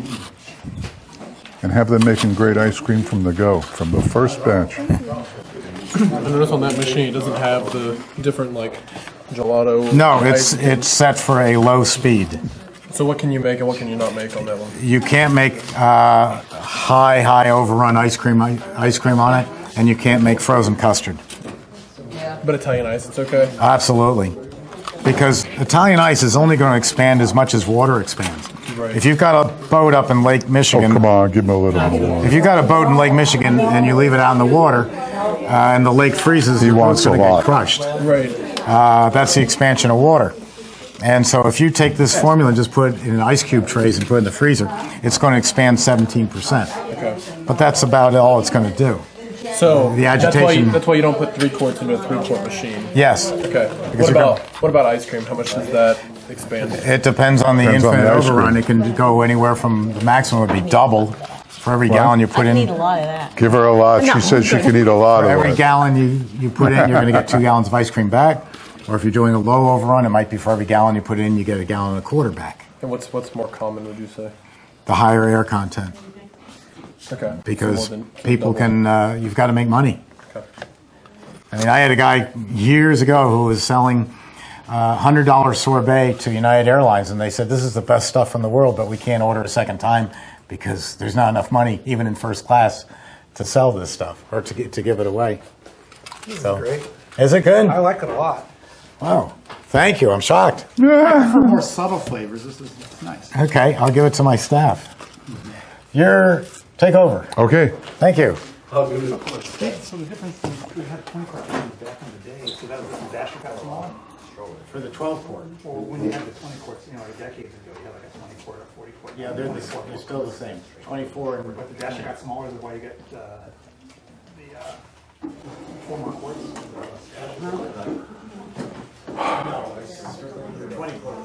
Can you eat some more? Okay. Can you eat some more? More ice cream? So what do you got? What? What do you got in store for us? Well, I have a real popular flavor at the store. It's Oreo Crunch. Obviously, Oreo and Nestle Crunch.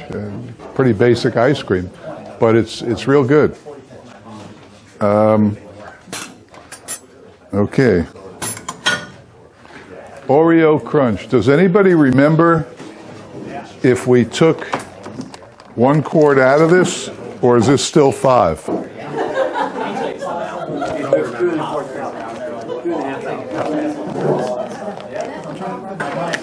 So I guess we'll measure. Same capacity. How long what kind of shelf life do those bladders have? Oh, there's a good question. That's a good question. You're welcome. That's probably the first good one. What's the shelf life of the bladders? Frozen or thawed? Well, I didn't know you could freeze it, so I don't know. How is it when they come in? I get a delivery every Tuesday morning of bladders. And he generally brings me, I don't know, 7 boxes, 10 boxes. And I tell him what to leave out and what to freeze. And he'll take whatever I need to make ice cream that day, he'll leave out, and the rest he'll put in the freezer. In the freezer, it'll last till your grandkids go get it. On the shelf, it'll last, you mean, or in the refrigerator? In the refrigerator, yeah. I'll just put cream in the refrigerator, and you tell me. When you go like this, Yeah. that's too long. I bet does it come with expiration date? It's a couple months. No, not in the refrigerator, no. Yes, it is. No, sir. Yeah, you keep arguing. Where's Where's the box that he got that from? Go look at it. I make ice cream for a living, and I got to tell you, I wouldn't put this in the refrigerator for a few months at all. No way, no how. And freezing it doesn't. Freezing it doesn't matter, no. When you freeze this stuff, it's rock hard. It's like an ice skating rink. Normally it'd be no more than 3 weeks, right? No, it's more than that. You know what? What? Go buy his book. It's on sale.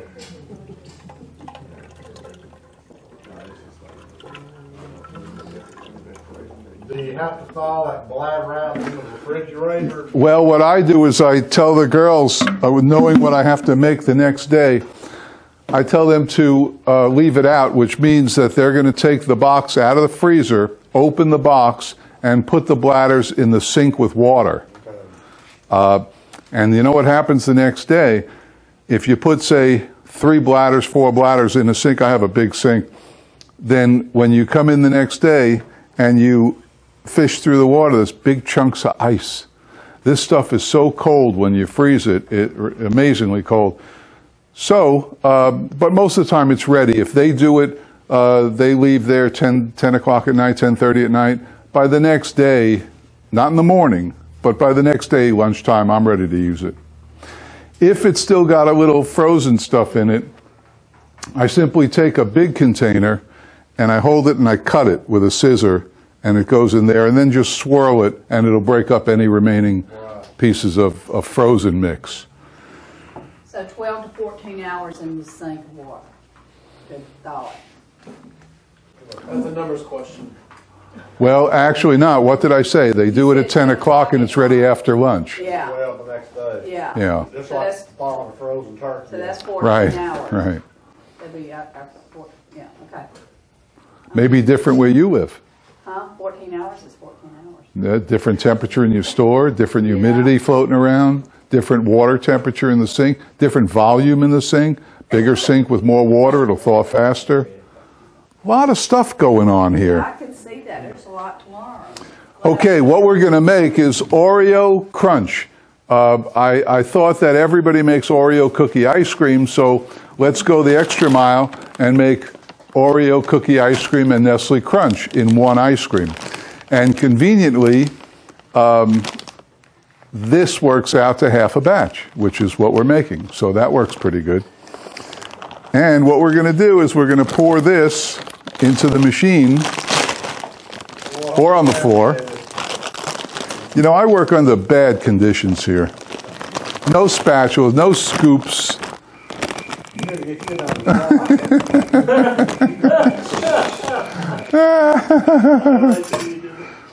Okay, we get the point. I'm sorry, what were you saying, Jeff? I was saying you're the best video guy on the planet. Okay, we have the mix in here. We have how many quarts? And now we're going to add this much Oreo cookies.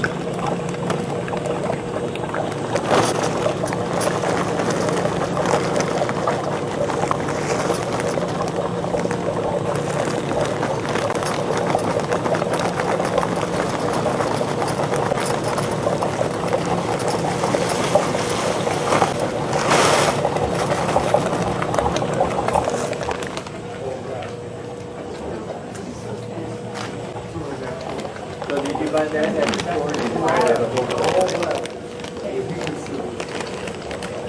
What? Did you buy that at the store or at a wholesale place? Restaurant Depot. Restaurant Depot. Which does that qualify as, a store or a wholesale place? So the Nestle, the cookies, you don't care. They don't care, Steve.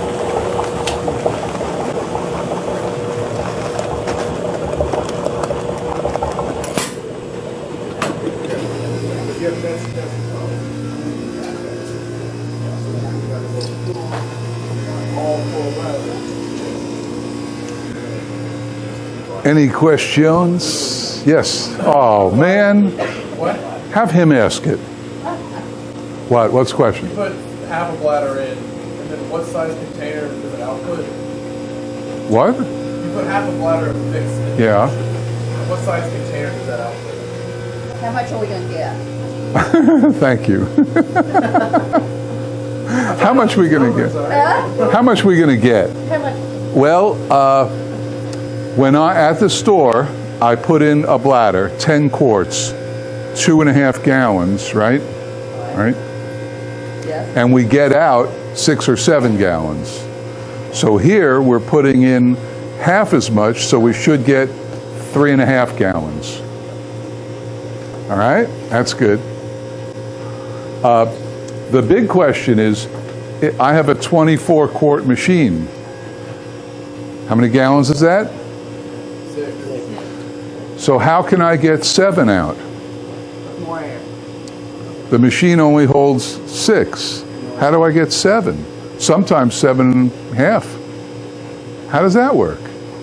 Mull on that tonight. Well, he said they really hold more. No, no. Here's, well, not that much.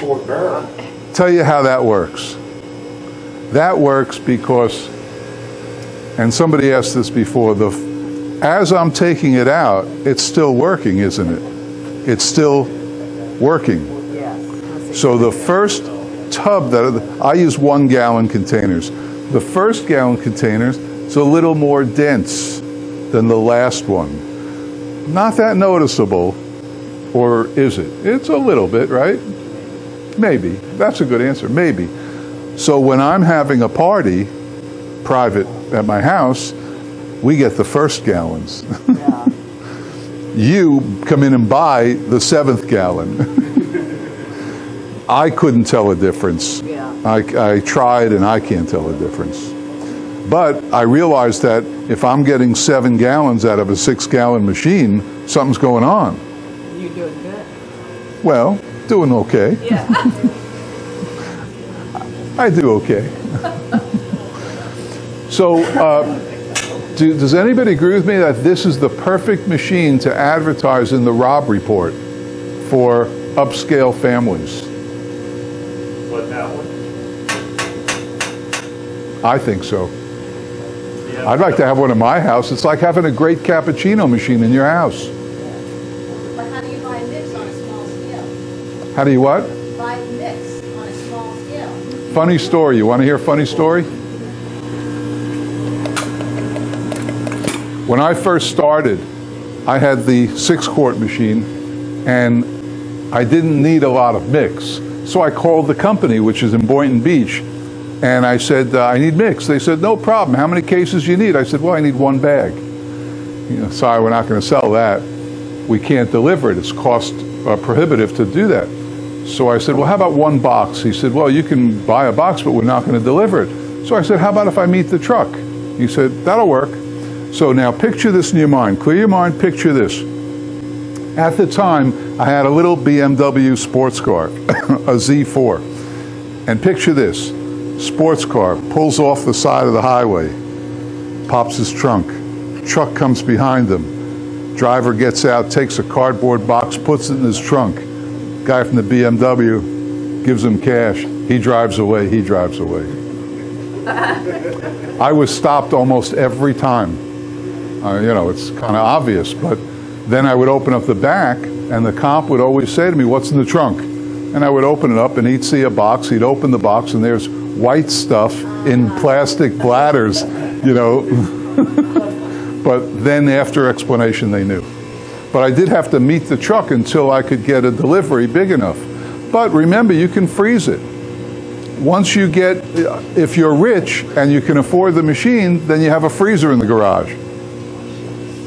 And you can just divide it. What I used to do when I had that machine is when I got it, I would divide it and then freeze it, so that I had defrostable units that I could use. What would you freeze the small units in? What? What would you freeze the small? Actually, I used gallon plastic bags, Ziploc gallon bags. You yourself, you've never done like, take your cream, take eggs, take vanilla bean. What I did, the furthest I make my own mix, no. But what I did is I made my own custard mix.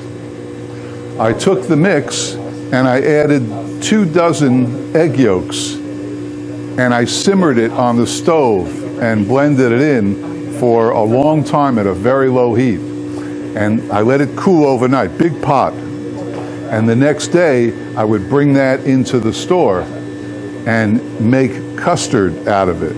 It was outstanding, but I'm not doing that anymore. Can you buy a chocolate base and a vanilla base? They just started making chocolate bladders and white bladders, brown bladders and white bladders. We'll wait. The teacher, they started making chocolate ones and white ones. Now, Steve professes that the chocolate is cheap chocolate. However, I found a mix company where it's pretty good. Actually, it's so good that I have to temper it with white because it's too chocolatey and it overpowers everything I make with it. But they do, and it's same price, $1 more. It's no big deal.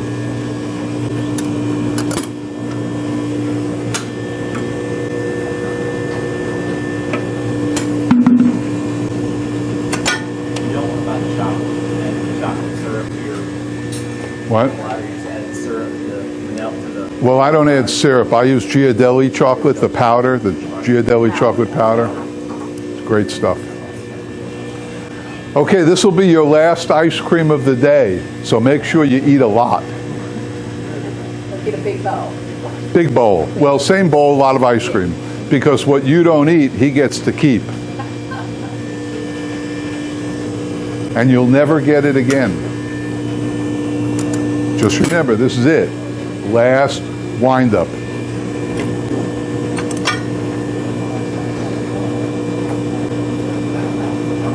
What is this? Oreo Crunch.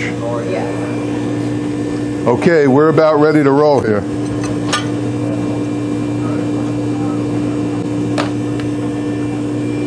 Now you want the first batch, don't you? Oh, it's blocking you? Do I have to redo all that? Just the part after we're doing. We'll have an editing party.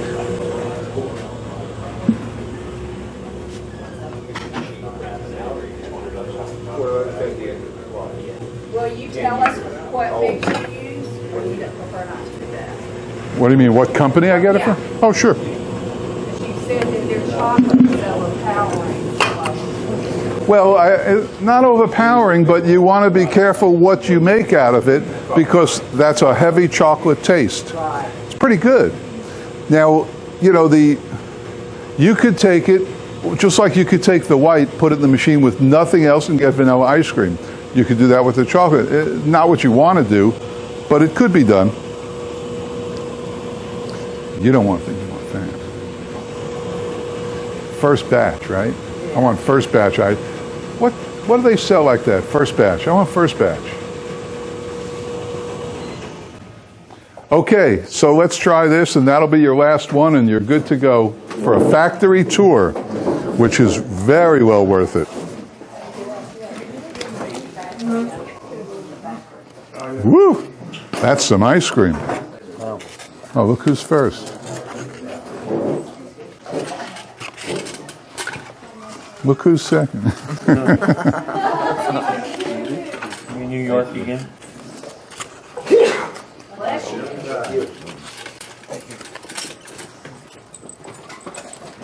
Why did you not ninja the Crunch bars?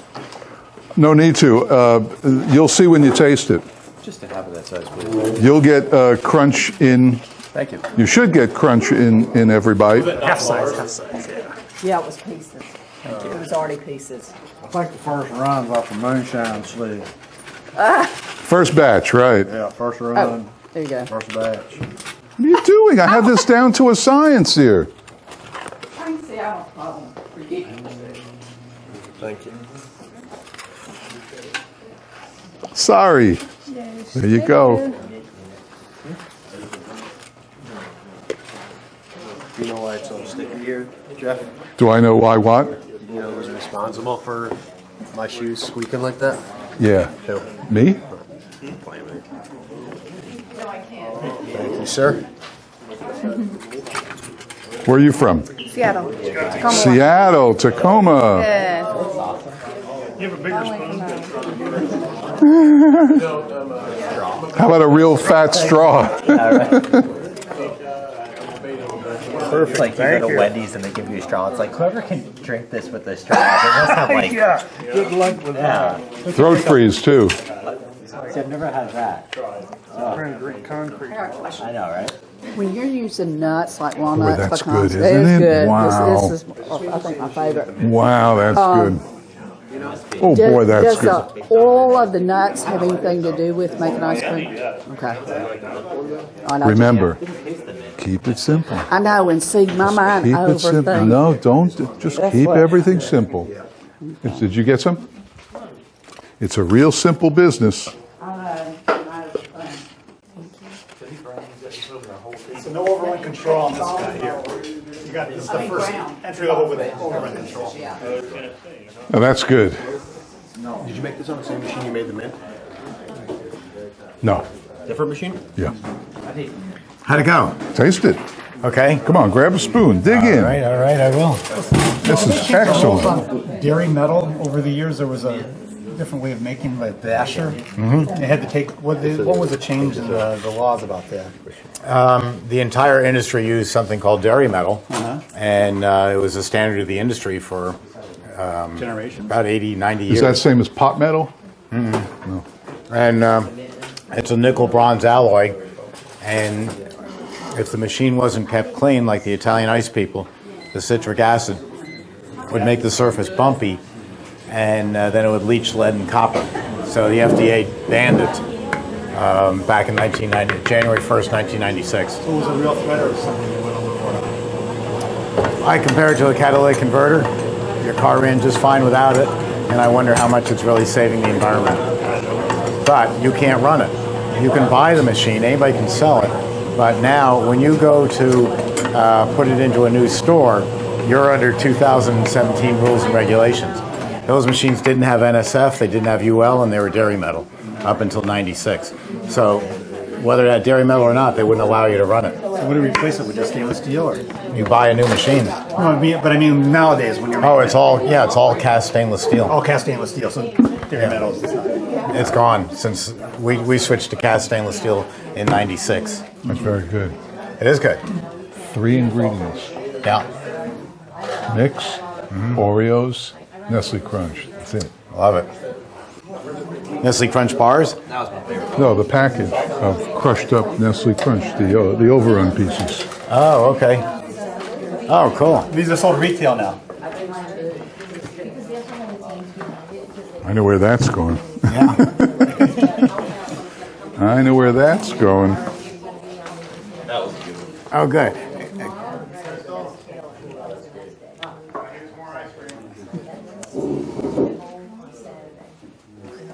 That's the simplest ice cream you'll ever see made. Mix, Oreos, Nestle Crunch. That's it. Nothing else. Pretty good. Did you all get Nestle Crunch pieces in there? Oreo flavor in there? And I don't even use the double thick Oreos in it. And now you can get Oreos in mint and pumpkin and, all that stuff. But I like this. This is what we grew up with, this Oreo cookie taste.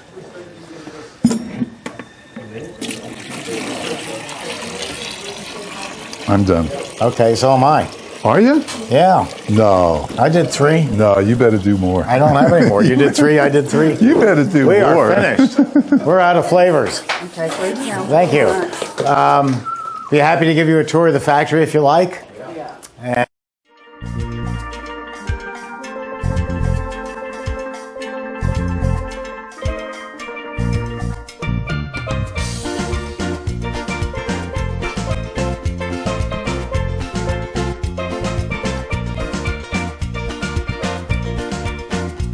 Sammy, come here, girl.